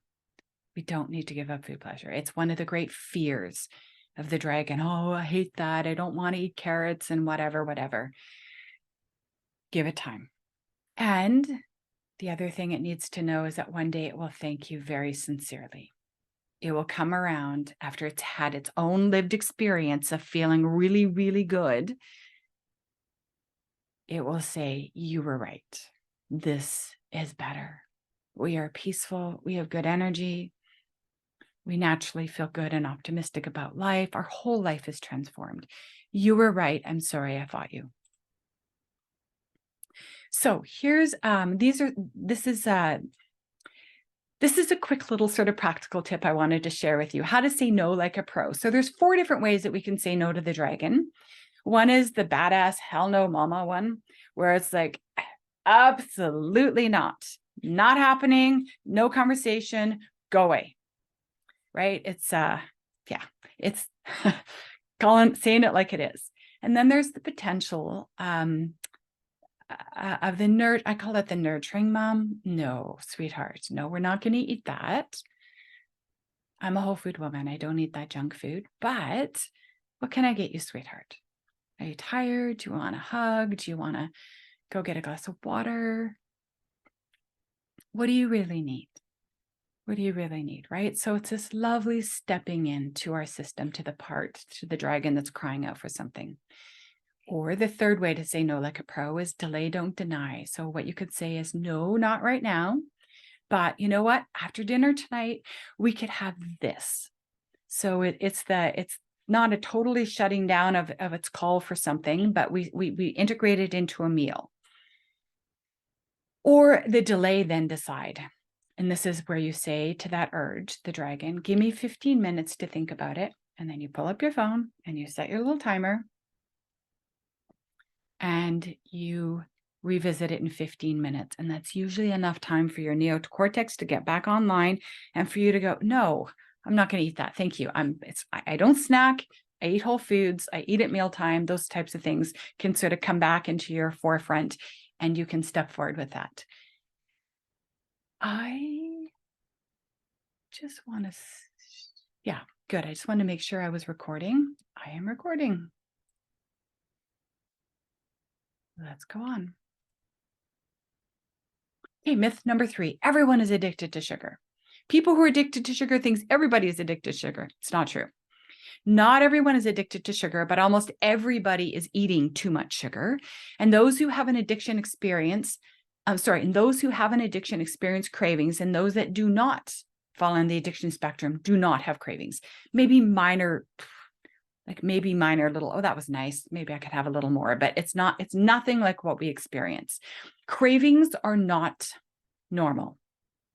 People who do not have an addiction do not have cravings. That is unique to the issue that we're struggling with. And the only way for us to not have cravings, if you fall on the addiction spectrum, is by abstaining. Because the whole nature of addiction, first bite, boom, it's going to lead to cravings. For people who take a first bite, no cravings, no problem, right? No cravings, no problem. So the only way for us to not have cravings is to not take the first bite. This eliminates cravings, urges, compulsion, and obsession. They go away. And this is what normal people experience with the big 4, processed carbohydrates. So for us, we just need to eliminate it. No first bite, no problem. So when we look at sugar consumers, they fall into 3 categories: sugar users, people who eat it, consume it; sugar abusers, people who are eating way too much; and people who truly have the experience of addiction with it. Now, almost everybody on the planet is a sugar abuser or an addict, because very few people are truly sugar-free. Those of us who have fallen on the addiction spectrum, who've decided, I'm done with this, thank you very much. I would like peace with food. I would like to not have metabolic syndrome, or the experience of food obsession and compulsion. Thank you very much. We are probably the only people on the planet that are truly sugar-free, but most people fall into those categories. Here's the thing we cannot tell with food or sugar addiction is that we come in all shapes and sizes. You can be underweight, you can be normal weight, you can be overweight. Just because you are even morbidly obese or obese, it does not mean that you have the experience of sugar addiction. It definitely would likely mean, however, that you are a sugar abuser, that you're eating too much processed junk food. So yeah, and Dr. Vera Tarman, not on this summit, but the last one, she's like, I'm pretty sure that if we actually did some proper science research, that we would see that the bell curve is skewed quite to the right, that there's probably way more people than the bell curve average. This is roughly 15% would fall into the addiction category, 70% into the sort of way over consuming it, the abuser category, and another 15%. That's very rough math. Very rough math, but let's just say roughly that. She was suggesting that this number is probably much higher because of our early exposure to childhood and the sheer volume of exposure. Myth number 4, it's impossible to stop eating sugar. It is unnecessary to totally eliminate sugar, and it is too extreme to not eat sugar. You're going to wind up with an eating disorder or a binge eating problem, or, oh my gosh, we couldn't possibly stop eating processed junk food. That would be unthinkable. Here's the truth. It's totally possible. It may be very, very helpful. In fact, may be extremely necessary to both save your life and to put your addiction into remission. And there's nothing extreme about choosing to only eat whole foods at all. That's exactly what all of our ancestors did for all of these hundreds of thousands of years. And I don't consider it extreme to not smoke. I don't consider it extreme to not drink. I don't consider it extreme to not snort cocaine. So why is it extreme to choose to abstain from an addictive substance just because it tastes good and just because everybody else is doing it and just because it shows up in 70 to 80% of all the foods in our grocery stores? That's extremely crazy. And choosing to just be a whole food man and a whole food woman and just eat simple, beautiful, healthy whole foods and enjoy our meals and move on with our day, that is sane. That is sane. That's all it is. It's sane. Myth number 5, if you have an addiction, you must abstain completely.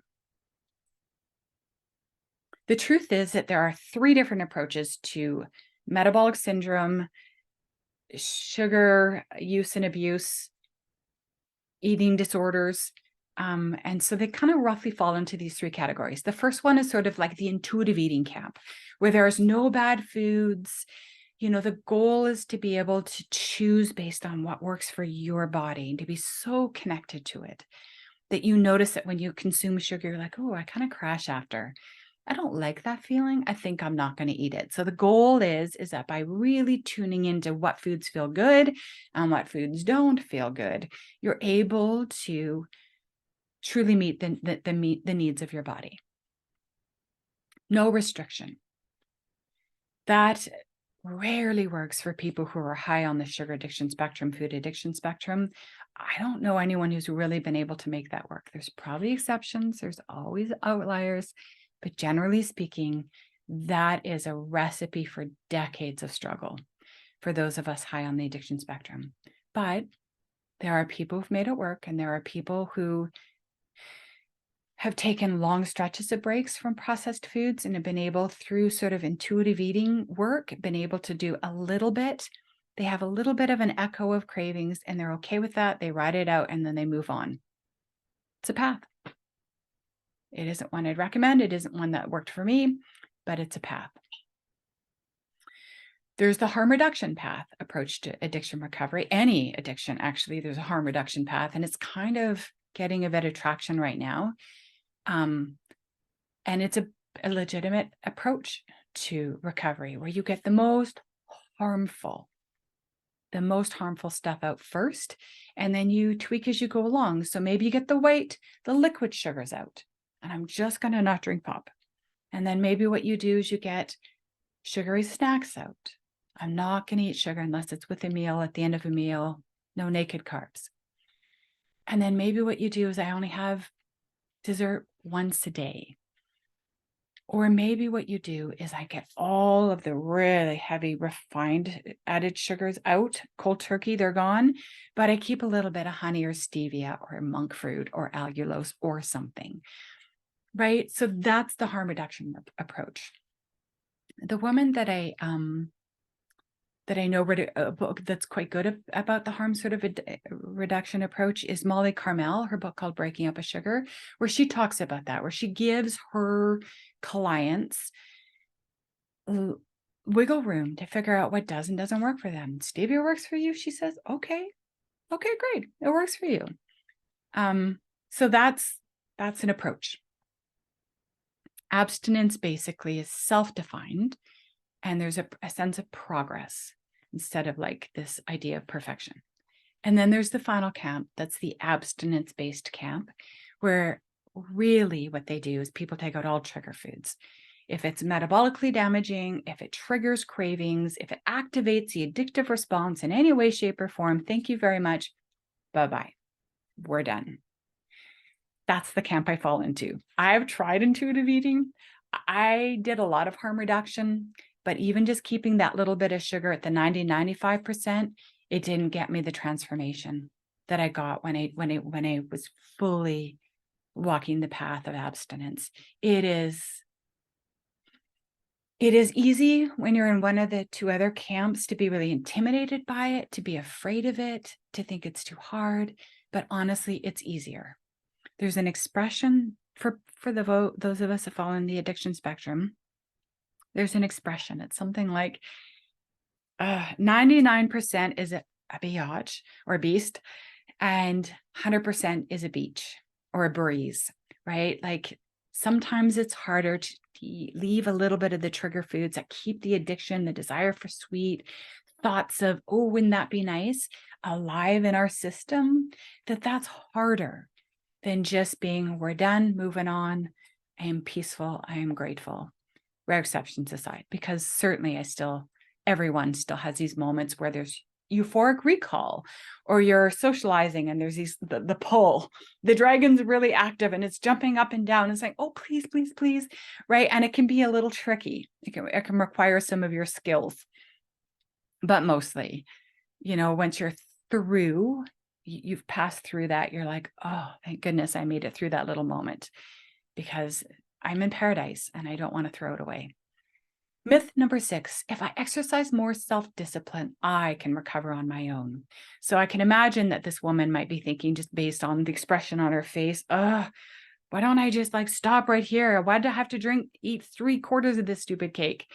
And she still is under the illusion and the delusion that if she just tried harder, she could rein this in and be more behaved with, the foods that she loves. But the truth is the idea, the very concept in the context of addiction recovery, the concept that I have to do anything alone is part of the problem. That no one recovers alone. No one goes through tough, difficult things alone. It is impossible. We are social creatures and we are meant to be supported. And when we can't receive that support, that's actually part of the problem that sort of makes addiction necessary. Myth number 7, therapy or trauma recovery will make my addiction go away. Or another variation on that is solving my sugar problem will make all my problems go away. Here's the truth. Trauma recovery or any kind of therapy cannot change the physiology of addiction, not fundamentally. Not fundamentally. I believe this anyways. From my 30 years of researching and walking the path of recovery, I think that once you have the physiology of being sensitive to refined carbohydrates, you will likely always be at high risk of reactivating an addictive response to it. It is best to let that sleeping dog lie. So trauma recovery cannot change the physiology of addiction, how we respond to the substance, the refined carbohydrates. But what healing trauma can do, what therapy can do, is significantly reduce the need to use and abuse sugar. And abstaining from sugar does not resolve our issues, our trauma, but it can help regulate our nervous system that can help heal trauma. So they work really beautifully together, but one does not negate the other. Therapy reduces food thoughts, cravings, compulsion, obsession, and urges to use. Definitely does. Can do that. Abstinence puts addiction into remission by preempting the first bite. So this slide, of all the slides I'm going to share in this presentation, is the one that I hope brings you the most value. So this was my massive revelation, that I was just so focused on trying to be abstinent Like if I could just be abstinent, if I'm a whole food woman, everything's good. I actually genuinely thought that it was my only problem, that if I could just get abstinent and stay abstinent, stop eating sugar, that my skin would clear up, my headaches would go away, all my metabolic pain would go away, and I would sail off into the sunset. What I discovered, actually, I make a joke that I literally thought that being sugar-free meant that, carpet stains would disappear. That I literally just thought that it's an addict brain thought that everything will be perfect if I could just solve this one problem. But I realized for me, as I was walking the path, that no, there are these upstream issues, way upstream so substance abuse is a symptom of upstream issues of a dysregulated nervous system. And metabolic syndrome is a downstream issue of self-care issues. Junk self-care is happening here, is what's happening. That can lead to metabolic syndrome. We're not getting enough sleep. We're not exercising. We're not eating adequate nutrition. We're not hydrated. All those sort of junk like the self-neglect and self-harm behaviors and food choices here cause metabolic syndrome. What causes this behavior? That's a dysregulated nervous system. What gets our attention? The pain. Until eventually we learn that this pain is caused by, at least in part, how we're eating. We start working on the substance abuse problem. And this is the intervention, the sugar addiction intervention that we're talking about. And then eventually we need to realize that what's behind this is unresolved trauma, the need for therapy. We need to learn how to regulate our nervous system. This is obvious and we're obsessed about it. If I could just lose weight, if I could just make my acne rosacea go away, if I could just get my blood pressure down, right? And it gets all of our time and attention, and we're in and out of doctors' offices and on various different medications. And then eventually we're guided, we get lucky, and we're guided to look at how we're nourishing our bodies, and we start working here, and that will bring massive change here. But for the most part, while we're obsessed, most people are totally focused on all these symptoms, and they're in total denial about what they're doing to contribute them. This is invisible until it isn't, until we're ready to get really honest about it. And this stuff here is totally unconscious. Most of us are not even remotely aware that we have a dysregulated nervous system. They don't even know what that means. So when we're working at this level, it's called a medical intervention. It's a downstream issue. When we're working at this level, it's called a substance abuse intervention or a self-care intervention. And when we're working at this level, we're doing a trauma intervention. So here's how they all tie together. When you have a dysregulated nervous system, which means you're in chronic fight, flight, fawn, or freeze, and you can't relax.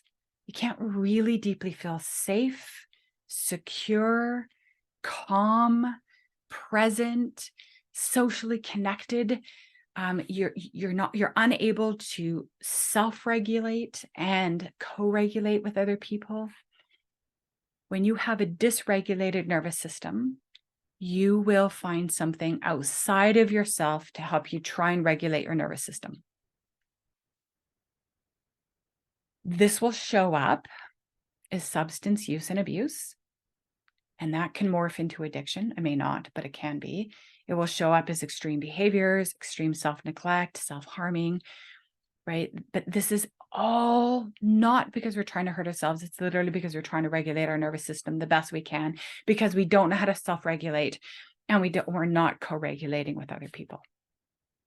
And this leads to metabolic syndrome.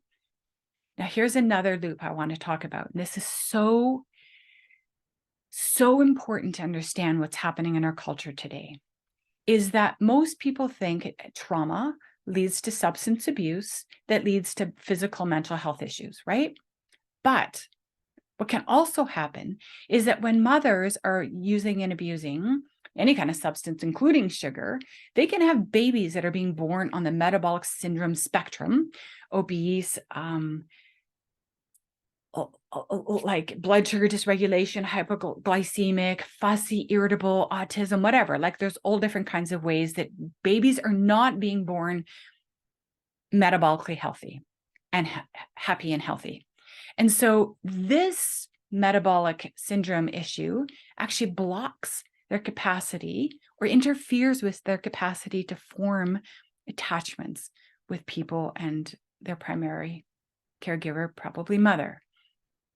This dysregulates their nervous system, which predisposes them to the possibility of substance abuse.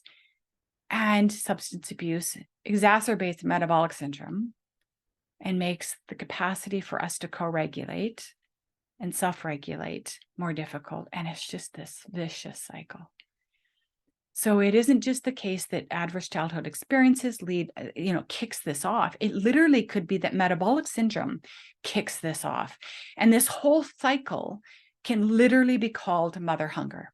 So Kelly McDaniel spoke on our summit this year, and she talked about the heartbreak of mother hunger, not being in an insecure attachment with their primary caregiver.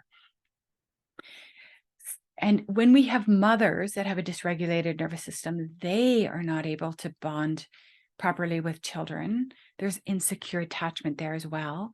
And she explains all this in her book. So all of this is what's happening in our culture today. These three pieces. So we're trying to solve this problem. As we walk the path of recovery from addiction, this is the problem that we are trying to solve. Now, let me show you this slide. I did not share this on Wednesday night, but I thought this might be helpful. And I'm doing a bit of a deep dive now into how trauma and addiction tie together and how we really need to understand that the core problem that we're trying to solve is metabolic syndrome, because that causes us pain. If we have no pain, we're not going to be doing any of this work, but we have pain. And now, in order to be able to resolve our metabolic syndrome issues that are downstream, those are outcomes, those are leg measures, those are not where we should be focused. We need to move upstream. First thing we need to do if we're on using and abusing substance sugar is we need to move into the addiction recovery intervention, which we're talking about today. And then we also need to move upstream of that and start to look at what's happening at the level of our nervous system. This is what a traumatized nervous system looks like. So there's so much to say here. This is very much based on the polyvagal theory by Dr. Stephen Porges. And to try and make it simple, the window of tolerance is our stress resilience capacity for our system to get activated, for things to sort of pull on us, to pressure us. And when we are in our window of tolerance, we're able to just do what we need to do. We stay in the flow of life. We do what needs to be done. We're able to sort of be active and activated and then come down into a relaxed state. And our nervous system is always up and down and flowing all day long, more or less within our window. We don't feel overly stressed. We might feel activated, like, oh, that's right, I got to go get the dog. He's outside. There's a little activation. I move, I do it, it resolves. My body comes back down into a state of relaxation.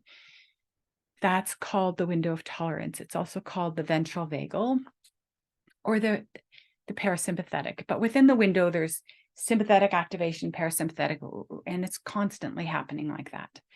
When something's too much and we get stressed and we move into the fight or flight, cortisol, adrenaline states, we move up out of our window into the stress state. And for many of us, what happens is we can stay there chronically. We can stay chronically in this activated, busy, pressure, stressed, overwhelmed. So this is when it's sympathetic dominant. Sympathetic, think of sympathetic as stress, the stress state. And we can stay stuck there until we're stressed, and then we crash. We collapse. And we don't collapse into a beautiful state of relaxation. We can crash right into something called dorsal. It's the freeze response. We become lethargic, heavy, hopeless, depressed, unmotivated, heavy. Like it's just like it's like the body has crashed. It is shut down. It's like I no longer have hope that I can meet this threat, this life challenge. I'm just going to go fetal. And so then we can get stuck in the freeze response until something activates us again. And then we move into this chronic stress. And so what happens often for people who struggle with substance use and abuse is we go from high stress, freeze. And then we're there until something activates us enough. We're back into a stress state. We don't spend much time in our window of tolerance, where we're present and calm and we feel good and we think life is good and whatever's coming my way, I can handle it. We don't spend much time there. And how do I know? Because when we're in the hyper arousal state, anxious, stressed, wired, a lot of conflict in our life, a lot of doing, busy, working, trying hard, like struggle, that state is where we have strong cravings for sugar because we need the energy to fight or flight. And in the freeze state, the trauma state, that's where we also have strong food thoughts and urges because we need them to support the numbing out.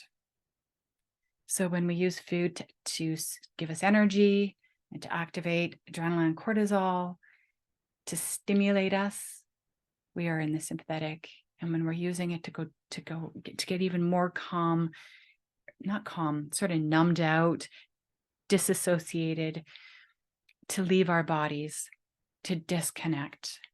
These are where food thoughts are the most intense. This is where we use the sugar. So the journey home, the whole point of addiction recovery is to teach us how to get out of these stuck states of hypo and hyper arousal and to come home into this window of tolerance where we're in the flow. And this is where food thoughts are very minimal because we don't need it. We're regulated. It's only in dysregulated nervous system states where we're looking for something outside of us to come in and to support us to feel calm or to feel a bit energized, stimulated, or sedated. If you did not catch the interview with Luis Mojica on the last summit, please do track down a copy of that interview. He just beautifully explained this. So did Dr. Amy Apigian. So those will give you even more context for this whole experience here. So the goal of addiction recovery, the whole addiction recovery journey, is where we start to create a virtuous cycle. We start to intervene at any one of these points. Any one of these interventions can work. With respect to addiction recovery, this is where we start. We start with stopping the self-harming. We get abstinent. We stop using substances that hurt us. And we start doing quality self-care. And this improves our metabolic wellness. That helps to regulate our nervous system. That reduces our need, our food thoughts, food urges, because we're not needing them. We're getting more regulated. That supports the quality self-care that we're doing. We're moving from junk self-care to quality self-care. That's the addiction journey, recovery journey. This improves our metabolic wellness. This gets better, everything gets better. And then eventually we spend most of our time in our window of tolerance where we truly is paradise. It's where we're happy. It's where we're healthy. It's where we're socially connected. It's where the joy of life is. So you can do an intervention at the regulated nervous system where you can be doing bottom up somatic therapy work. You could be doing top down, sort of working with your thoughts, limiting negative beliefs. You could be working at the metabolic wellness level, right? Any intervention is going to start to sort of move the pendulum. If you imagine it's swinging like this and it's getting worse and we're getting sicker and more miserable all the time, we're slowly trying to get that to slow down. Any intervention starting to slow that down. And then eventually we want it to start to cycle this way. That's the path, and it takes time. So this was my huge revelation, and I would say I didn't see it this clearly until probably this year. That addiction is two parts: a dysregulated nervous system that is separate and distinct from the addiction itself, and it's where when we have a dysregulated nervous system, we're going to look for something outside of ourselves to help regulate our nervous system. And so this is where there's substance use and abuse, and where there's extreme behaviors like gambling, maybe throwing ourselves off out of planes, skydiving, like whatever, something that's sort of keeping the dopamine spiked up. It does not necessarily have to be an addiction. There are tons of people with dysregulated nervous systems that are leaning on all kinds of external things, like a little bit of beer, a little bit of wine, a little too much TV, a little too much of that, but they haven't actually morphed into an addiction. They just need to start working here and start bringing in quality self-care instead of junk self-care, and they'll experience the miracle of recovery. But this is where, if we are overdoing if we're using and abusing substances that activate the addictive response in our bodies, we wind up with addiction and we wind up with metabolic syndrome. So this is what we should be focusing on, and not so much the symptoms, the downstream symptoms. I mean, a little bit, but this is really where our work is. So myth number 8. So let me just see if there's anything I want to, how to wrap that up. No, I think we'll leave it there. Myth number 8. Now that I'm educated and motivated, recovery should happen fast. Recovery should come easy. In order to explore that myth, let's talk a little bit more about what is sugar addiction recovery. I think I've sort of painted the picture, but as I see it, there's 3 phases. The first phase is triage. The first phase is where we stop self-harming with sugar. And this is where most people make mistakes. This is where we get stuck for decades, actually, because we just never get a long enough stretch off of the big 4 to start to experience a more regulated nervous system and to start to reverse the metabolic syndrome issues that we have. If we can do this, in phase 1, we get abstinent, we stop taking the first bites, we put our addiction into remission, we start the deep brain and cellular repair work that we need to do, and we obviously stop the self-harming, and we start doing consistent self-care around the 5 pillars. That's phase 1. We put our addiction into remission. Phase 2 is where we start to work more directly with the nervous system. And that's where we start to expand our window of tolerance and spend more time in our window of tolerance. It's where we take our stress resiliency capacity to the next level. And that's both top down and bottom up. And then phase 3 is where we move into, it's where we can thrive in life. It's where we start to do the deeper trauma recovery work, and we start to live a life that Richard Schwartz from IFS would call the self-led life, or the true self-led life, where we stay connected. We stay connected to the part of us that was always meant to be the steward of our lives.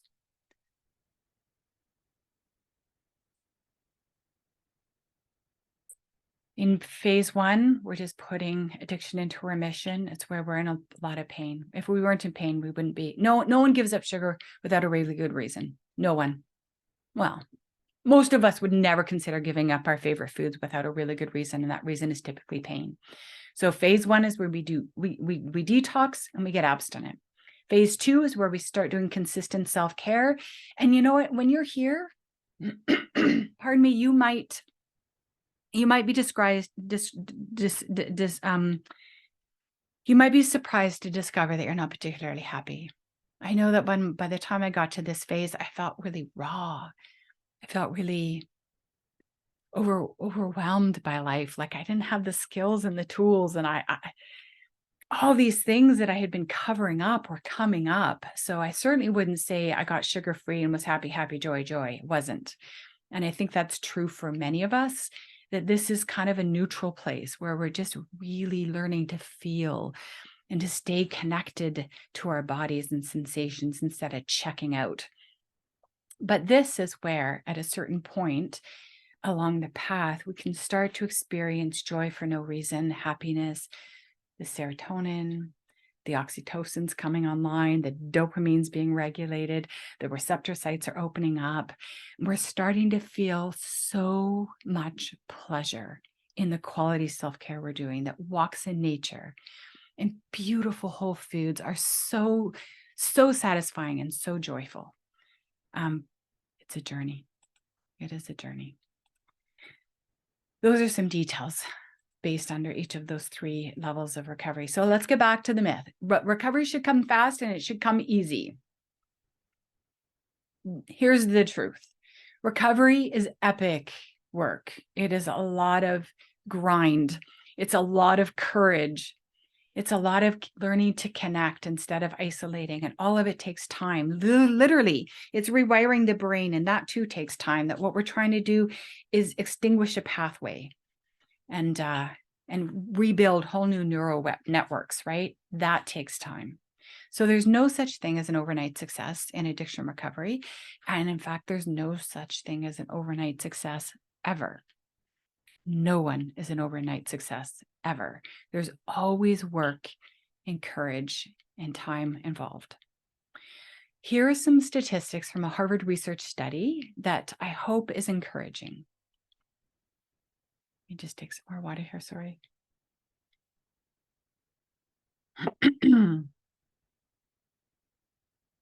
Harvard got serious about trying to figure out what is the recovery rates for people who struggle with addiction. Here's what they found. 75% of addicts recover within 8 years of attempting abstinence and recovery. 75%. That's so encouraging. And this is within 8 years. So there's this window from when they first seriously in earnest say, I want abstinence. I want recovery. This is an addiction and I want to put it in remission. Within 8 years, 75% of addicts will recover. And if they're able to sustain continuous non-use, abstinence for 5 years, their likelihood of returning to that addiction, to the use and abuse of that substance or behavior, approximates 0. It's not exactly 0, but they said in the study, it approximates 0. So what the first statistic tells us is that it takes almost 8 years for 75% of addicts to get this to stick. And in those 8 years, there is a lot of relapse. There's a lot again, on again, off again, on again, right? And when you're in the middle of those 8 years, you might think thoughts like, I'm never going to get this. How come I'm the only one can't get this? And you will quit. And then eventually the pain will get intense enough, or that small, quiet inner voice that's nudging you in this direction of healing and recovery will get loud enough that you'll hear it again and say, okay, I'm going to try again. That is the journey. That is exactly how it is for everybody. Some people get it quicker. Some people take the full 8 years. Some people don't get it. And they will probably die of their addiction. But there's lots of hope here. As long as we understand, we set our expectations realistically, that there's going to be a fair bit of on again, off again while you're trying to figure out what you can and cannot get away with, until eventually you come to the point where you're willing to surrender and say, okay, I'm just going to do what other people have found works. And I'm going to tell you what works shortly, a couple slides away. Okay, time to take action. But where do I start? Here are the best practices for sugar addiction recovery. These are the things that work. If you know you're addicted, take the sugar quiz. We've done that already. You already know if you're on the spectrum. Then you need to give it up for a long enough of a stretch to give your body the lived experience that it feels better off it. Now, for some people, that might be a month. It could be 90 days. It could be more before something shifts and your body goes, oh, I get it. And then at that point, it can start to become an ally because it will never forget. It will never forget the high and the pleasure of sugar, but it will also never forget how good it felt off it. And you need to stick with it consistently and long enough to have that lived experience. So I suggest a minimum of 4 weeks, which is why I have my boot camp at 28 days. At the end of that 4-week experiment, you have a clear head. There's so much transformation that's happened that you're in a good position to decide, all right, Do I want to do this forever, or do I want to sort of make these rare exceptions? I mean, you're in a better position to be able to figure that out for yourself. If you're on the addiction spectrum, you need to know that you're playing Russian roulette if you decide to go back and take the first bite. You have no idea what's going to happen, and it is probably only a matter of time before you wind up in the ditch, like a matter of weeks. You need to ensure that you have adequate nutrition and hydration. If you have a restriction pattern or a compulsive overeating pattern, those need to be dealt with through two tools: abstinence and the scale, weighing and measuring. Follow a structured meal plan. Don't snack. Eat 3 meals, no snacks. 2 meals, no snacks. Maybe it's 4 meals if you're hypoglycemic or you've had bariatric surgery and you need smaller portions. Whatever it is that you plan these meals. You're structured. You would feed yourself like you would feed a child. If you were asked to take care of a child for a week, would you get them breakfast, lunch, and dinner? You would. Do it for yourself. You remove trigger foods, because the hard fact is that if you don't want cravings, you need to get rid of the foods that trigger the cravings. Get support and accountability.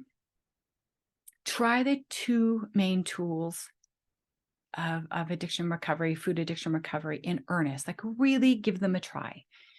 There's rebellion and resistance, and I don't need to do that, but maybe not. But give them a try. Give your body and yourself the lived experience of what it feels like when you weigh and measure your meals and you're fully abstinent. Plan, prep, prioritize, and protect your food. Make it job number one. You've got one job today. One job: to plan, prep, prioritize, and protect your abstinent meal. Be decisive, make a decision, go all in. A wishy-washy no. A wishy-washy decision will get you wishy-washy results. So if you're wondering if you're struggling for years with this, I can almost guarantee you that you probably have a bit of a wishy-washy no happening, that you have not fully stepped into your power. You're the only person that can move your body. Expect to be challenged. Reach for support, have realistic expectations. I'm not giving you license to go and relapse. I'm just saying that expect that this will be tough, that it will rock you to your core, that there will be times when the cravings are so strong and the dragon is just doing its best, that until you fully have that split and you've been taught the sugar dragon technique and you know how to use it well, you might just white knuckle it 1 minute at a time. That's okay if you understand that you just have to get through it. And every time you get through it, that pathway weakens because it knows you mean business. And eventually it sort of gets quiet. The urges are very soft and very infrequent, and they're totally manageable. You learn from your mistakes. Never criticize yourself. Everybody fails forward on the addiction recovery path. Everybody. We all do it. There's no help whatsoever in criticizing yourself. It is not an opportunity for your inner critic to say that you're never going to get this and you're a loser and you're hopeless. It's not true. It's part of the journey. The more research you do, by research, I mean relapse, trying to figure out what you can get away with. Oh, can I have a bite of that? Or maybe I don't have to plan my meals, or maybe I could just wing it and show up at a party and hope there's food there for me. All those things, those are the mistakes you'll make. And when you've made enough of them, you're closing the gap between where you are and where you want to be. You're not, those mistakes, those relapses, those slips, those bite lists and tastes, those aren't evidence that you're not going to get it. Those are evidence that you're still trying to do this your way. You're still trying to figure out what you can and can't get away with. And that as you learn, you're closing the gap between where you want to be one day. It's not widening. We think we're getting further away from the success we want, but we're not, because the research leads to the awakenings. I can't do that. I can't have just one bite. I can't show up at a party without my own food. I'm not going to eat out as often as I am. I need to make my own home cooked meals because I know they're the safest, right? Those are all the things that we need to learn. You will learn that you have to slow down in order to prioritize this, that there are things you're going to have to let go of in order to be able to successfully recover. You will start to build morning and evening routines. Start very slow, 5 minutes of meditation, 5 minutes of exercise, and you will know what your own trigger foods are and how they, they must be identified and avoided. Now, here's this is the final major slide that I think is a massive, massive game changer for many people in the early days of trying to get this sorted out or to get traction, to get sugar-free and be able to stay sugar-free. There are very common trigger foods for food addicts. Very predictable. The first one, obviously, is sugar and sweeteners. The second one is powdered and processed starches, chips, corn chips, bread, pasta, crackers, etc. Wheat and gluten, dairy, nuts, seeds, peanuts, caffeine, chocolate, alcohol, very sweet or hybridized fruits like bananas and mangoes, and fruits that are like much, much sweeter because we've tinkered with them than they ever used to be in nature.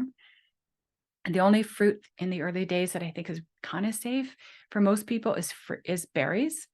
And high starch and whole grain foods can also be trigger foods for people who are really insulin resistant and metabolically damaged, dysfunctional, that even these can be triggers.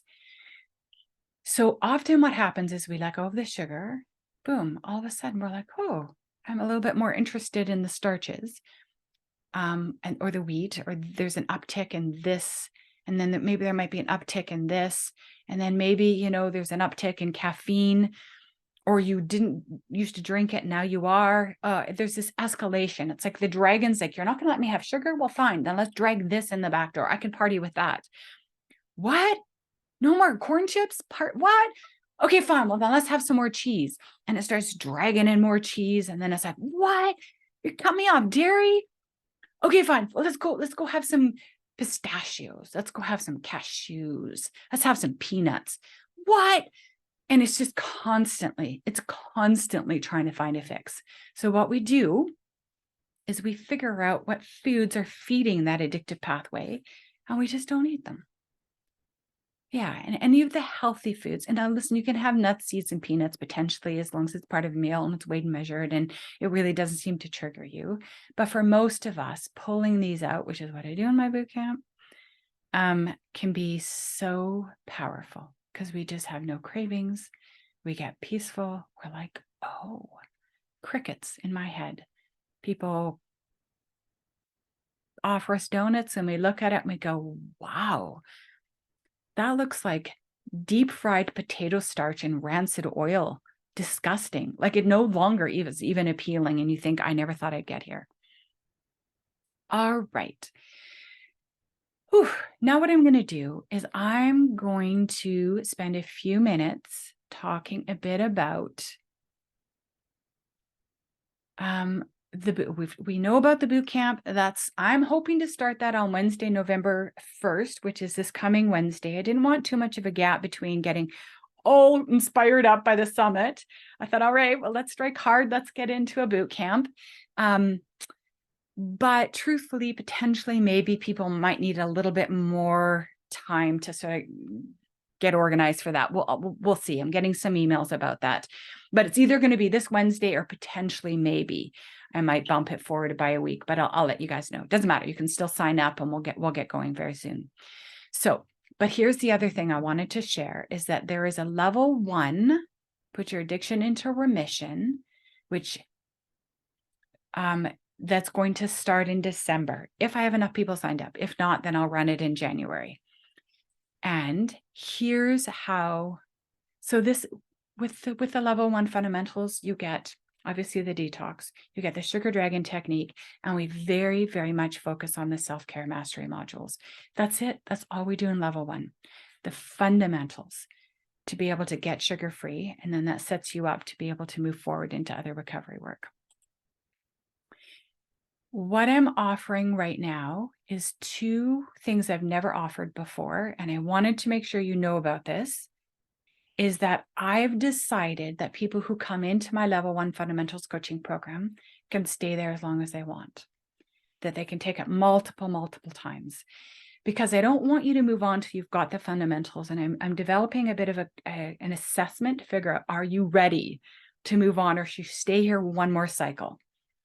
So basically it means that this is kind of unlimited access to this level of support and this focus this intervention for as long as you need it. So no one's going to be left behind. No one can fail.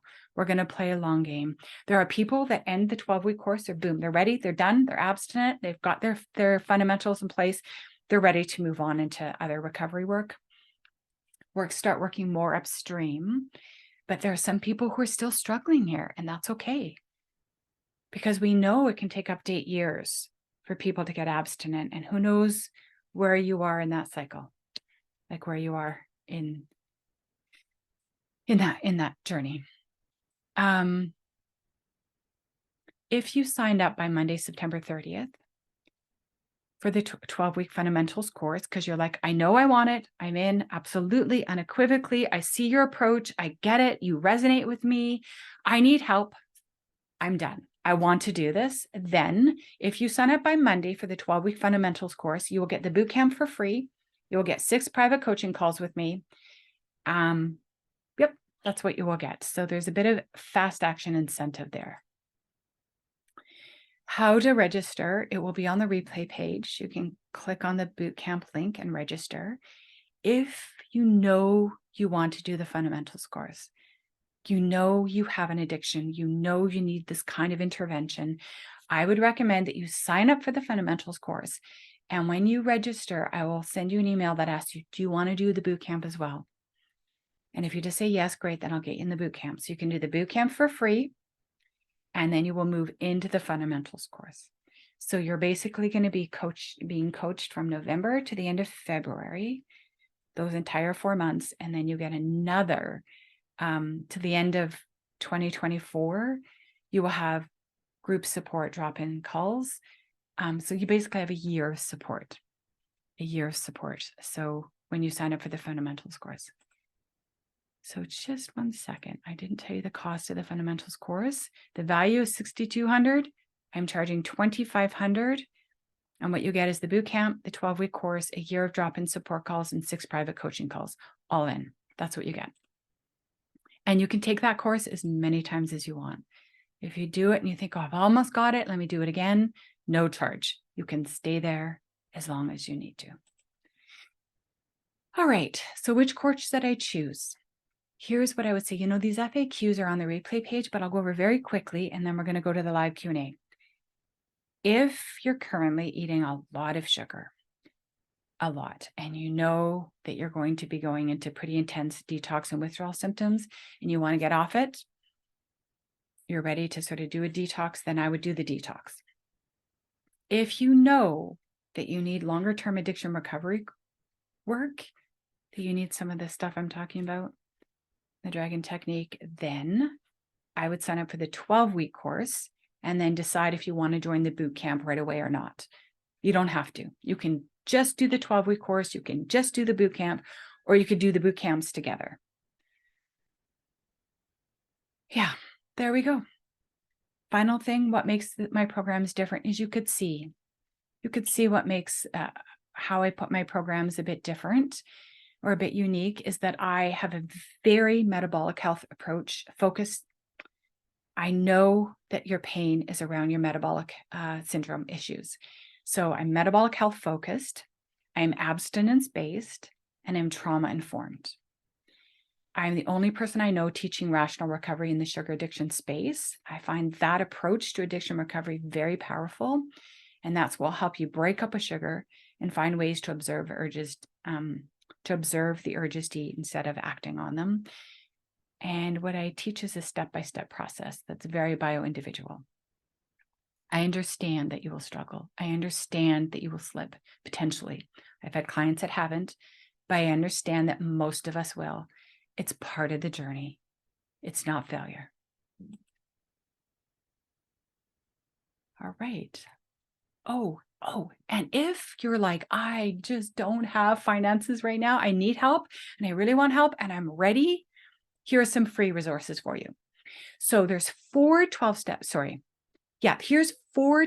programs that works with sugar and food addiction. There's Compulsive Eaters Anonymous, Food Addicts in Recovery Anonymous, Food Addicts Anonymous, Sugar and Carb Addicts Anonymous, and I know there's so many more. These are ones that I'm familiar with. There's literally 12. is what I heard. There's 12 different 12-step programs for food addiction recovery. These are really quality recovery, good processes for mentoring, for sponsoring. So those are places to start if you're looking for something free. Well, it's by donation. And then here's other resources that are free. I have a podcast that I put out every week. Stay on my list. I don't actually blast my list a lot, but I will send out every week a podcast. A lot of my podcast interviews are people with success stories. So they're very inspirational. There's the Fabulous Food Junkies podcast. There are Facebook groups. I have free resources and webinars on my website under, I think it's called Resources. And there's so many books and movies. If you email me saying, I would like your list of books and movies, I'm happy to send it to you. But you could also just Google books and movies on sugar, and there's all kinds of options there. Okay.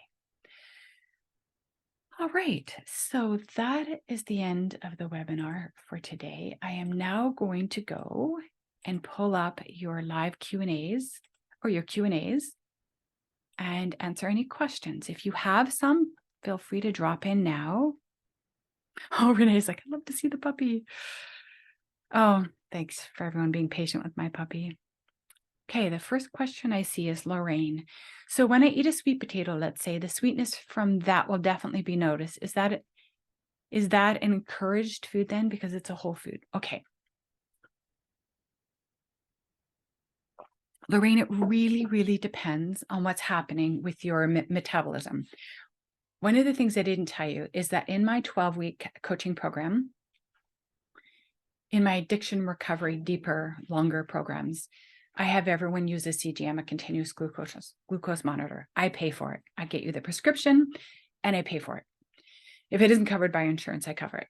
And basically that will tell you how you're responding to your sweet potatoes. If it's jacking up your blood sugars, we don't need sweet potato. You don't eat sweet potato. What we want are foods that keep us in a very tight blood sugar range, because the swings, the highs and the lows with our blood sugars are what's leading to metabolic syndrome, and it's what causes the cravings. The high, the crashes. When we crash, we have cravings. And this roller coaster, we have to stop. So your CGM is going to let you know if you can do sweet potatoes. If it's jacking you up high, then we lay low until we get your metabolism more healed, and then you could try it again and see what happens. All whole foods are good, but it doesn't mean that just because it's a whole food and it's a good whole food, it's right for your body. Your CGM, your metabolic syndrome symptoms are going to let you know that. Do you have cravings if you eat sweet potatoes? That's also going to let you know that. So that quiz, those sort of questions that you can ask yourself about what foods to choose at the very beginning of this webinar, that can be helpful too. I don't think I can handle the withdrawals. What is a systematic way to do it? Laura, that's exactly what my boot camp is about. It is literally a sugar detox. It's a guided sugar detox. I go through, I think there's about 12 different main detox symptoms. I talk about what you can do to help mitigate them, what makes them better, supplements, different suggestions. There is places where you could go and do like in-person treatment. Is it Milestones? There's Amanda Lee. She was on our summit. Oh, it's escaping my memory. Shift. It's called Shift by Recovery. They have in-person where you could go away and literally be sort of treated to do the detox. Any advice for maintaining a food plan in a household that resists healthy eating? It is so hard feeding kids and a spouse that aren't on board. I often cave in because if you can't beat them, join them. This might be a bit of a radical stance on this, but I faced that in my own household. And eventually, as I got really clear that these foods are not okay, I didn't feel good feeding them to my kid, and I didn't feel good feeding them to my husband. So I sat them down and I basically said, these foods I'm not going to buy them, and I don't want to see them. They jeopardize my own recovery. I don't believe in them. I think they're harmful. I love you both too much. I'm not putting those foods in your body. Now that was the hardcore, really like sugar stuff. I still had brown rice pasta in my house. We had gluten-free bread at some point. I eventually phased that out too. So I got the most egregious forms of toxic foods out. And I said, I'm the mom. That's my job. My job is to feed you guys. My job is to nourish your bodies. And you can eat whatever you want out of this house. I don't want to know about it. That's your choice. But in this house, in this family, we eat healthy. Now, what I did do is that whatever I was eating on my plate, I made sure that there was a lot more buffet style. So salads and cooked vegetables and proteins and guacamole and different things. And then if they had something I wasn't going to eat, like maybe quinoa tabbouleh or something like that, which would be fine. I just, at certain stretches of my journey, I was very sensitive to the carbs. So I would put that out for them, and then the family would just pick and choose what they wanted, but I put a whole bunch of healthy stuff out, and then I invited them to fill their own plates. The other thing you can do is you can have a place where they put their snacky foods, and it's got a lid, it's Tupperware, it's hidden, and you can't really see it. But your kids will come around. Kids love whole foods mostly, for the most part. It might take a little while, and you don't have to do anything extreme. Just start popping salads in and more cooked vegetables or whatever, however you feed your kids. And slowly you'll see that they'll start to help themselves. Yeah, I hope that's helpful. I know it takes a lot of guts to really step into our rightful role as mothers. It's our job to get this right, and we're not. We are failing ourselves. We are failing our children. We are failing our spouses when we think, their pushback, their cry out for junk food is something that we can't stand up to, because we can. When I think about a future with sugar abstinence and a food plan, I struggle to imagine how to continue social gatherings that include food. Yeah, everyone does, Maggie. It does get better and it does get easier. Most places that you go to, you'll be able to get a protein, a vegetable, and a healthy fat. I have a little Dear Chef card that I give my clients, and they can take it to the restaurant or call them in advance. But eventually what happens is your socializing becomes much more pleasurable because you're not focused on the food. And after a time, you don't want to eat what they're eating and you don't want to drink what they're drinking. So for the early days, first 90 days, maybe, first 30 for sure, don't socialize around food. Don't go to parties. If you can avoid it, don't. Unless it's like a hill to die on, just don't do it. Your recovery is more important. And then over time, I can socialize, and I couldn't care less what other people are eating. It takes time, but you're freed up of all desire for the junk that they're drinking and eating. I am participating in Metabolic Syndrome Canada's Change program, and they're promoting Canada's food guide and the Mediterranean diet. Both include grains. How can this be helpful regarding metabolic syndrome? Because they might be very capable of having a small amount and be fine. But for those of us on the addiction spectrum, it can trigger cravings and we can overconsume it. All whole foods can heal the body. All whole foods are great. It's the processed junk food. As long as you're taking that out, you're gonna support metabolic health healing. So it's less about what we're eating. It's more about what we're not eating.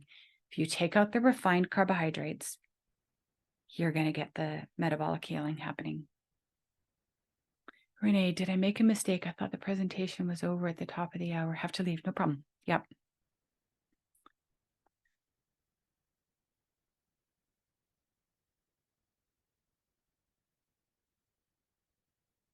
There's so much information. Can I view it again? For sure. Yep. I will send out the recording.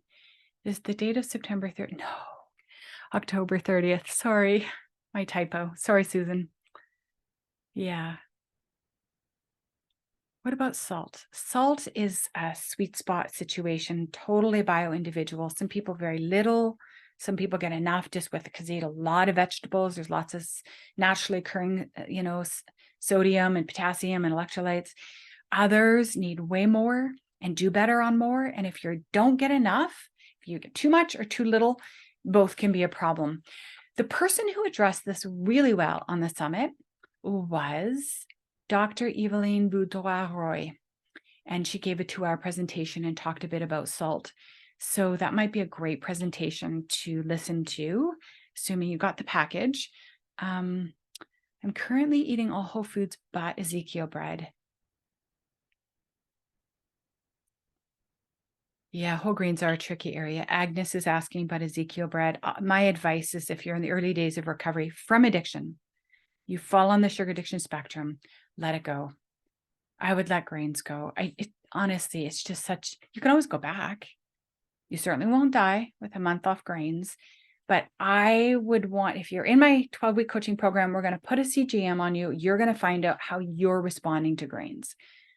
And then one of the beautiful things about taking all of those top 10 trigger foods out is that when you go to bring them back in one at a time, only the healthy whole foods ones, we're never going to bring back in the sugar and the junk. But let's say we bring back in Ezekiel bread.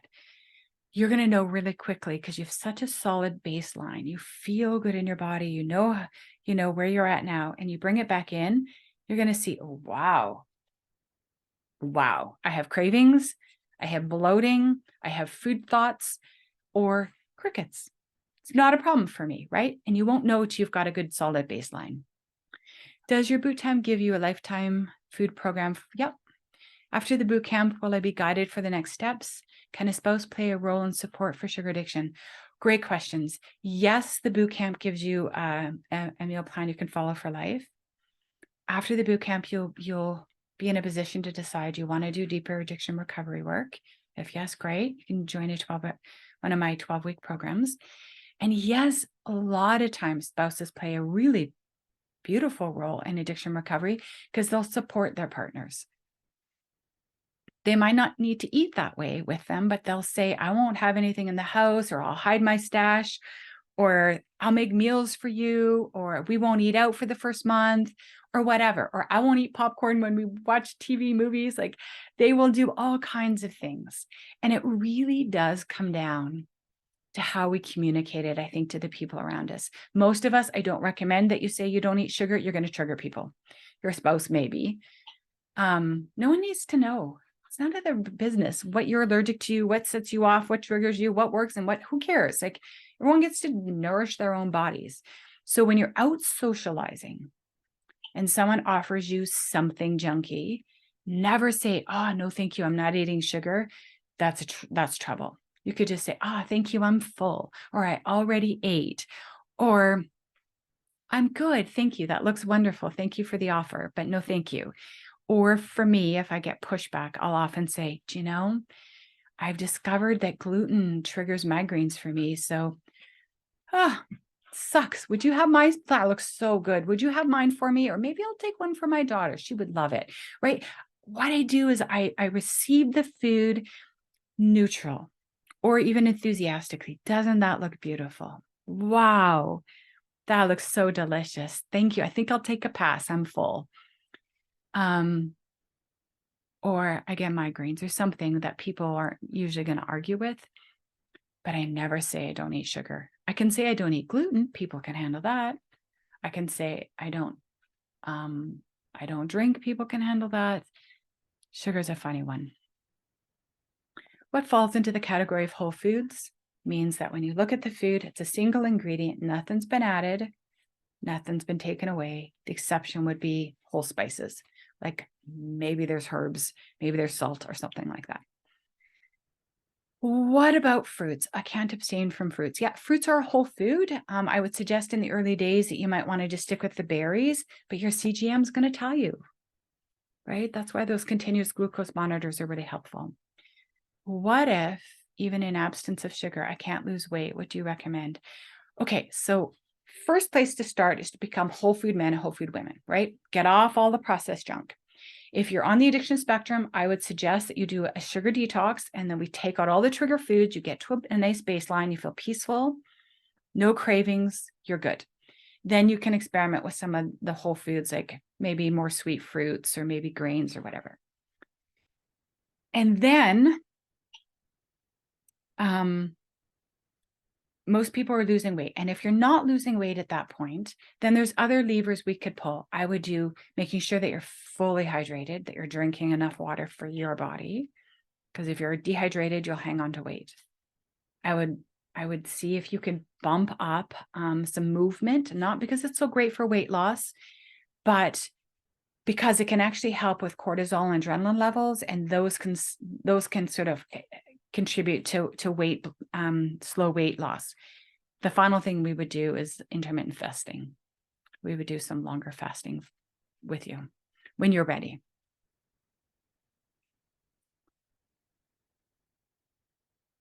Is your boot camp a rip off the Band-Aid approach? There's a week where you sort of taper down, and then, yeah, we rip off the Band-Aid. It's kind of easier often. She said the last time she did a detox, she needs to wean off caffeine more slowly. Totally. Yep. Yeah. How to regulate the nervous system. I know you mentioned probably starting with the cycle of self-care, which would lead to metabolic wellness. Is this the way it does? That is a huge, huge impact on regulating the nervous system. Those three pieces, like, boy, when you start working on those, that's where the deep healing. It does not resolve trauma. Trauma is slightly different recovery work, but it's similar too. Like, it's learning to stay connected to the sensations of the body. Here's what trauma is not. Trauma is not an event. It's not about what happened to you. It's a physiological state. Trauma is the freeze response and the trauma response, same.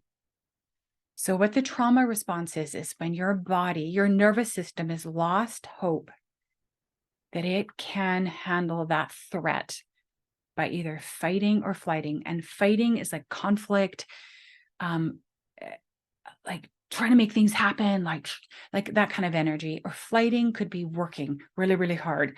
I gotta work my way out of this. I'm gonna fix this problem. I'm gonna make this challenge go away. I'm gonna make this right. Like, that's flight energy.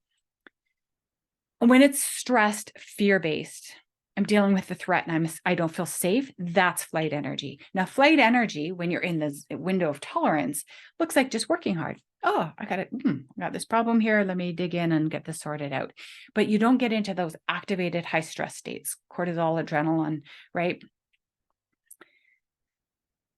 So when your body has lost hope, that the threat, the challenge, the thing that's creating fear and a feeling of unsafety in your nervous system, it no longer believes that it can outrun it or it can fight it. It will collapse into the freeze response.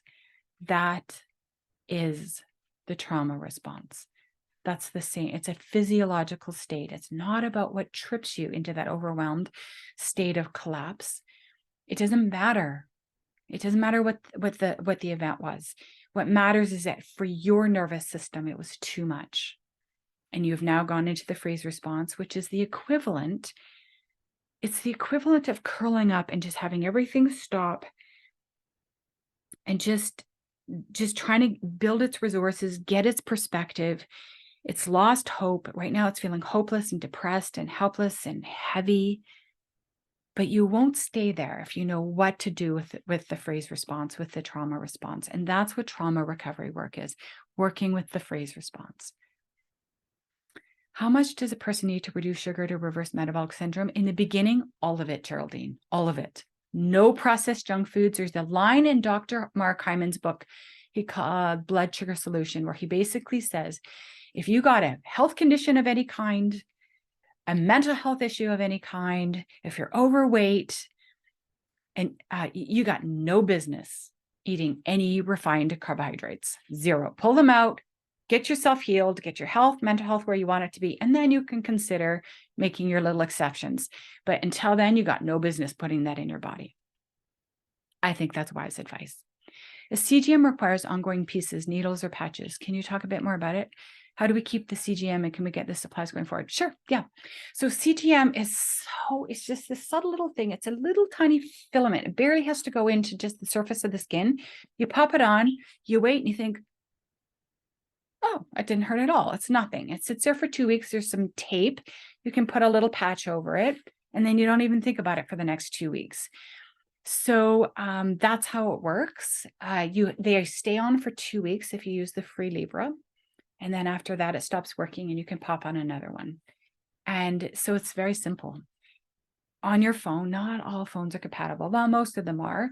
what you do is you tap it and then you get your reading, but it's continuously monitoring what's happening with your blood sugar levels. And I have a whole handout on it, just to be clear. I have a whole handout on CGMs, how to get the prescription, how to work with it, FAQs, what range we want to be in. I have like the blood sugar charts, like all of it. It's all, I've got a whole sort of course on, like not course, module on that. So all that information is in my 12-week course. Regarding the bell curve, it's hard to know if I'm an abuser, emotional eater, or if I'm truly on the addiction spectrum. If I am on the addiction spectrum, it may be lower down, okay? I've been careful with sugar for 4 years now and try to eat mainly whole foods. So I'm not a crazy mess right now, but I still slip up. Example, chocolate chip cookies the other night. Why, oh why? I know better. Not sure if abstinence is too extreme. And I'm confused, thoughts. So I would go back to the quiz. If you have 3 or more, then you're probably on the spectrum. And if you're really low on the spectrum and you do get into the chocolate chip cookies and you go to bed peaceful that night, you don't have a problem. You know, if you don't have metabolic problems, sounds like you're doing okay. And you're having some sugar and it's fine. You feel peaceful with it. Then you're okay. But if you're going to bed after eating chocolate chip cookies and you've got those familiar feelings of regret, you're not at peace. The goal of recovery is peace. Peace with food, peace inside. Those two parts are no longer jockeying for dominance.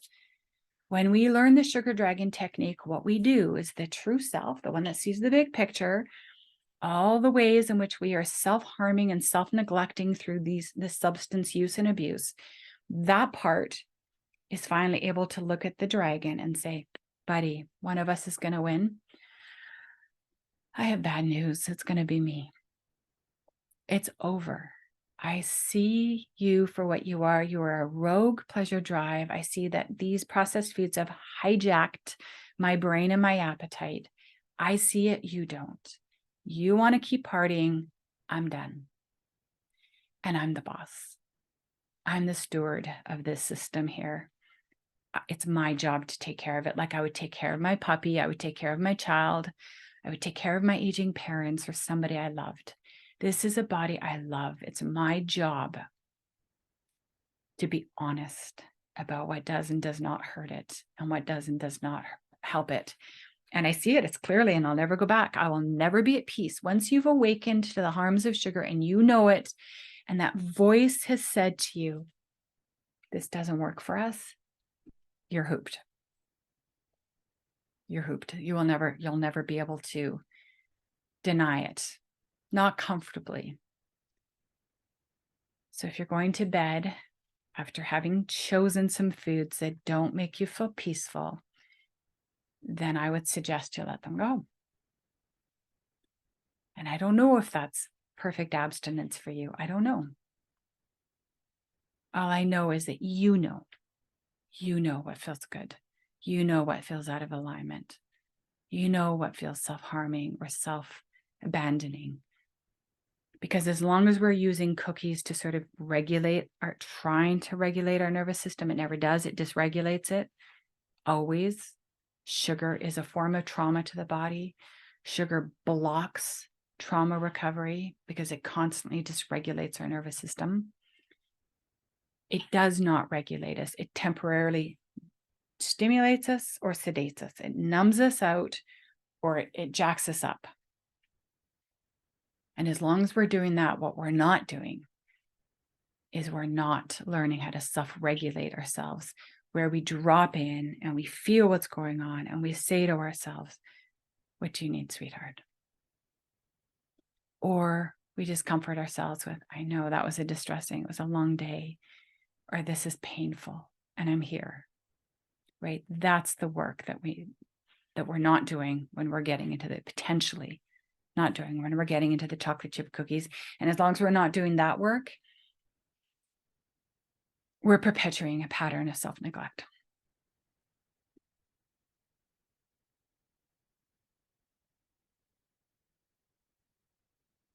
No, Christine, there is no, this is a one-time offer to take the 12-week course. Christine was asking, because she's done the 12-week course before, whether or not she could do it again, because I'm offering lifetime access for this particular cohort. I don't know if I'm going to offer this again in the future. This is an experiment I want to run to see how it goes. But if you've taken the boot camp or the 12-week course before, you're going to need to take it again. And it is different. And I don't know how long ago you took it, but yes, no, you'd have to re-register. Does the CGM in the program use an app? Yes, it's on your phone. What do you think about the paleo and keto diets? Great, super helpful for many people. Are they safe? Sure, of course they're safe. Yeah, they're profoundly healing. Depends on your body. Does it work for you? I don't know, but they're profoundly life transformational, metabolical healing meal plans. If you do them right, you can do junk keto. Can you do junk paleo? Maybe. But I mean, what about specific issues like PCOS? PCOS is a downstream symptom. Do what you need to be focused on: the self-care, the food, the 5 pillars, and start working on regulating your nervous system and your PCOS with maybe some supports, medical supports, like supplements or whatever. It's going to resolve itself. Again, we don't stay focused on the symptoms. We got to work upstream of the problem, our 5 pillars and our trauma. Do you measure insulin? Your doctor can. How would I respond to my kids and others who want to know why I weigh and measure my food? Do I admit to them I have a sugar addiction? What a really good question. So how I explained it to my own daughter is I'm on this food plan, and it's invited me to sort of weigh and measure my food to make sure I get enough of the good stuff. So I get lots of salad and I get enough of my protein. So it was really in the context of making sure that I get enough food, not in the context of restriction. Are any of your summit videos made available to clients of the boot camp? Or is that strictly? Yeah, it's a separate purchase. And the reason it's a separate purchase, Heather, is because all of my speakers donate their time to the summit. They are on it for free. And if they promote it and people buy the digital package, they get 50%. So it's actually my way of thanking them for being on the summit. So I share 50% goes to try and cover my costs. The other 50% is a way of me thanking them for being on the summit. So that's what that the digital packages are about. So yeah, that's different. They need to be able to have that if they're helping to promote the summit. Is all the information on the program offers on your website? Yes, Susan, it's actually going to be on the replay page. So there's the FAQ, there's this sign up for the boot camp, sign up for the 12-week. If you sign up for the 12-week and you want the boot camp, awesome. You can have both. Do you have special pricing for husband-wife couples wanting to do the boot camp and fundamentals course? Is there a 2-for-1? I don't see why your husband can't just do it with you. Sort of, there's let me think about that, Maggie. Send me an email. Where do I find the courses, choices, costs, and sign up? On the replay page, Catherine? Yeah, you'll see it there. What are the drop-in calls of the program? How does that work? So Antonio, I'm just bringing on another coach and some peer leaders as well. So currently right now on Monday night, Tuesday night, I have nothing on Wednesday right now, but I'm going to start to bring in a Wednesday morning, Thursday afternoon, and a Friday morning. I have drop-in support calls. And basically what we do is we get together and we talk about a highlight, what's going well on our journey. What are we doing well? We celebrate wins, because we always want to look at the things that we're not doing well. Oh, I dropped this bar. I got into the chocolate chip cookies. Forget it. What did you do right? Great. Let's build on what you are doing well, and we'll build from there.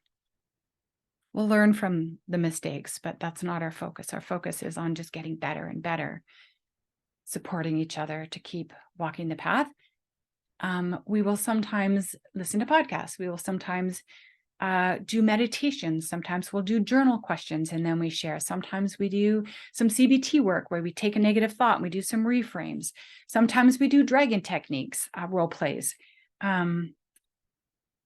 Sometimes we just have icebreakers where we just get to know each other better. So it's that kind of thing. It's really about building community and building support and learning from each other so that we feel that we're not alone. Any advice on how to decrease stress? Yes, 5 pillars.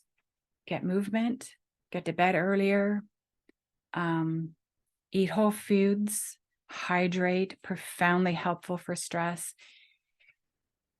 Breathing can be helpful, meditation, journaling, nature, affection, like just cuddle with your pet, ask for hugs. Sleep, there's lots of different things you can do with sleep, but it sometimes profoundly helps to get onto the 3 meals, no snacks, not eat after 7, lower carbohydrates so you're not having blood sugar swings throughout the night. A lot of people wake up in the middle of the night because they're having hypoglycemic, and you notice that when you get your CGM on. So a lot of people going, oh my gosh, I had no idea I was waking up at 2 in the morning or 3 or 4 or whatever it is, because that's when their alarm goes off, their little CGM goes off. They have no idea that they're having these hypoglycemic dips at night. The other thing that's really fascinating about the CGM is that you're going to notice that when you have high blood sugar moments and low blood sugar moments, that you can feel anxious, and that you had no idea that it was tied to blood sugar levels, because we don't really feel that. We feel the anxiety, but we don't know what's happening with our blood sugars. And sometimes there's things happening with our blood sugars that we have no idea till we get that little CGM on and we spend some time with it. As food aggression progresses, can a person start to crave whole foods that were previously not a trigger? Yes, that is exactly why I have that top 10 list. It is the game changer, and it's almost in that predictable cascade. Get rid of the sugar, you're going to start craving breads and starches. Get rid of those, you're going to start, it's either nuts or it's dairy. It's kind of a mix in where you go next, but the dragon will start pulling that in the back door. So yes, so that's why we have to stay kind of clear about what's happening with the dragon and what it's trying to do. When does the cycle end? It does end. It does end when you become more metabolically healthy, when you've started to extinguish this pathway. Every time we eat foods that kind of light up the brain, so if you imagine maybe like electrical currents, like it's still running along those highways, but when the urges come up and you ignore it, your brain's noticing that, and it slowly sort of deactivates that pathway and it gets really quiet. As soon as you eat an addictive food, again, a trigger food, it can light back up and it sort of re-energizes it. So that's why abstinence is the miraculous tool that it is that it starts to put that pathway, that neuro pathway, into what they call extinction, even though it never fully becomes extinct. Not with those of us with addiction, right? A little bit of sugar, heroin, cigarettes, 1 cigarette, right? That's the expression, 1 cigarette. You're 1 cigarette away from a pack a day. We're the same. We're 1 bite away from being back in the ditch. I didn't catch the name of the expert you mentioned on the nervous system regulation. There was 2 people, and Anik. If you've got the summit packages, you're going to want to look up Luis Mojica, LuisMojica, or Dr. Amy Apigian, API. Well, if you go to the Kicksugar Summit, you'll see their names on the website. Yeah. Those are the 2 that I interviewed that were really connecting the dots between addiction and trauma. You mentioned intermittent fasting. Which one do you recommend? On the summit Megan mentioned 36, 42, and 48. I tried doing 68 and then a 24-hour once a week. Perfect. Stay there. If you fall on the addiction spectrum, that's perfect. I wouldn't do longer fasts for at least till you have at least 90 days of back-to-back abstinence, because restriction can make us a bit wobbly with our recovery. And that's plenty great. What's the best advice for weight loss and well-being? I'm going to guarantee you, if you're eating 3 meals, no snacks, you're doing a 16-8 fast and once a week, 24 hours, you're going to lose weight and you're going to restore your metabolism, and you might not need to do anything more extreme than that. So stick with that and see how that goes. Do it for 12 weeks. So if we take the boot camp in November, we can still get the deal on the 12-week program where we can repeat it for free. Yes, Geraldine, but what you want to do is sign up for the 12-week course by Monday. So you're committing to that and then say, I want to do the boot camp. At the end of the boot camp, you can take the 12-week course, but you won't be reimbursed for the boot camp. It's just this fast action sort of bonus. I just want to get people to commit and I can see who I'm going to be working with and what we're doing. If you're an emotional eater, not a sugar addict. So here's the thing about emotional eating. Even if you're an emotional eater, if you're on the metabolic syndrome spectrum, you're still going to want to do all of the very similar recovery things. You're going to want to do a stretch of only whole foods, get a baseline, and then figure out which foods tend to trigger cravings for you. And then your focus is really going to be on the 5 pillars: stress, resilience. I have a document called the 5 Ps, the 5 things that promote or drive emotional eating. See if I can get them off the top of my head. Pace of life, we're too busy. Perfectionism, people pleasing. What are the other 2? I forget.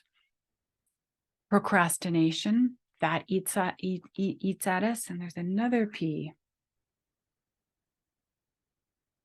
I forget. So those are the things that you're going to want to look at. And those are the things that get looked at in addiction recovery as well. There's overlap there. Will I be offering another Overcome Emotional Eating group? Not anytime soon, although I could possibly do a one-on-one with that, like a private coaching package.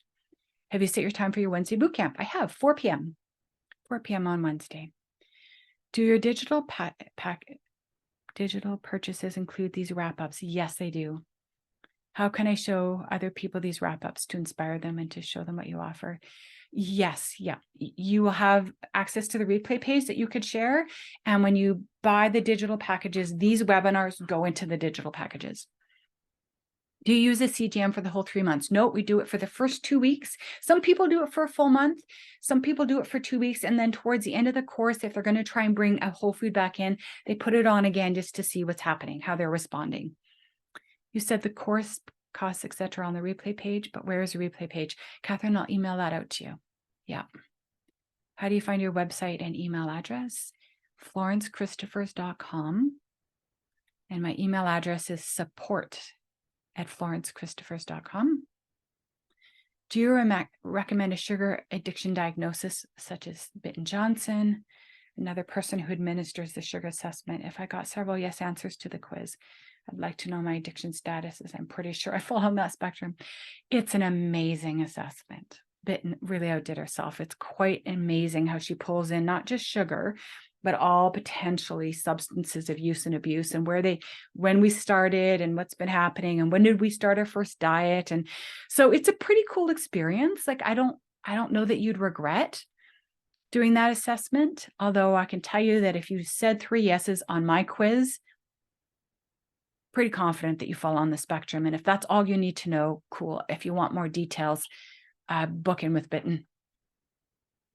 Can we start eating nuts and seeds or drink coffee again after we fully recovered from sugar addiction? I would say coffee, maybe not. Nuts and seeds, oh yes, long before you're fully recovered from sugar addiction. You could bring nuts and seeds in pretty quickly as long as they're part of a weighed and measured meal. If you tend to snack on them or overdo them. And most people think, oh no, I don't even really like them, but you wait till you give up the sugar and the starches and the dairy and the gluten, and all of a sudden the body knows what it can get a little fix on. And believe it or not, nuts and seeds and peanuts and stuff can be little fixes. Am I familiar with Joel Fuhrman? Sure. What do you agree, disagree from him? The science seems to be there for plant-based whole foods eating that freely includes, yeah.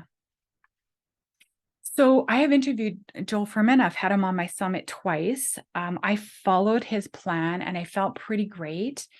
The problem was that I still had sugar cravings, and I I don't know that it's always the right meal plan for people who struggle with sort of higher end sugar addiction issues. Chef AJ, fully recovered sugar addict. She doesn't even eat beans. She only eats grains and fruits and vegetables. So again, this is where bio-individuality comes in. Try it. If it works for you, yay. And if you're struggling and it's just not working for you, it's okay. There are other meal plans that might work better for you. Not everyone has to weigh and measure. When you're on a whole food plant-based diet that's SOFA, like no sugars, oils, starches, you don't need to weigh and measure. You can eat as much as you want, not gain weight. It's all healthy whole foods. You should be fine.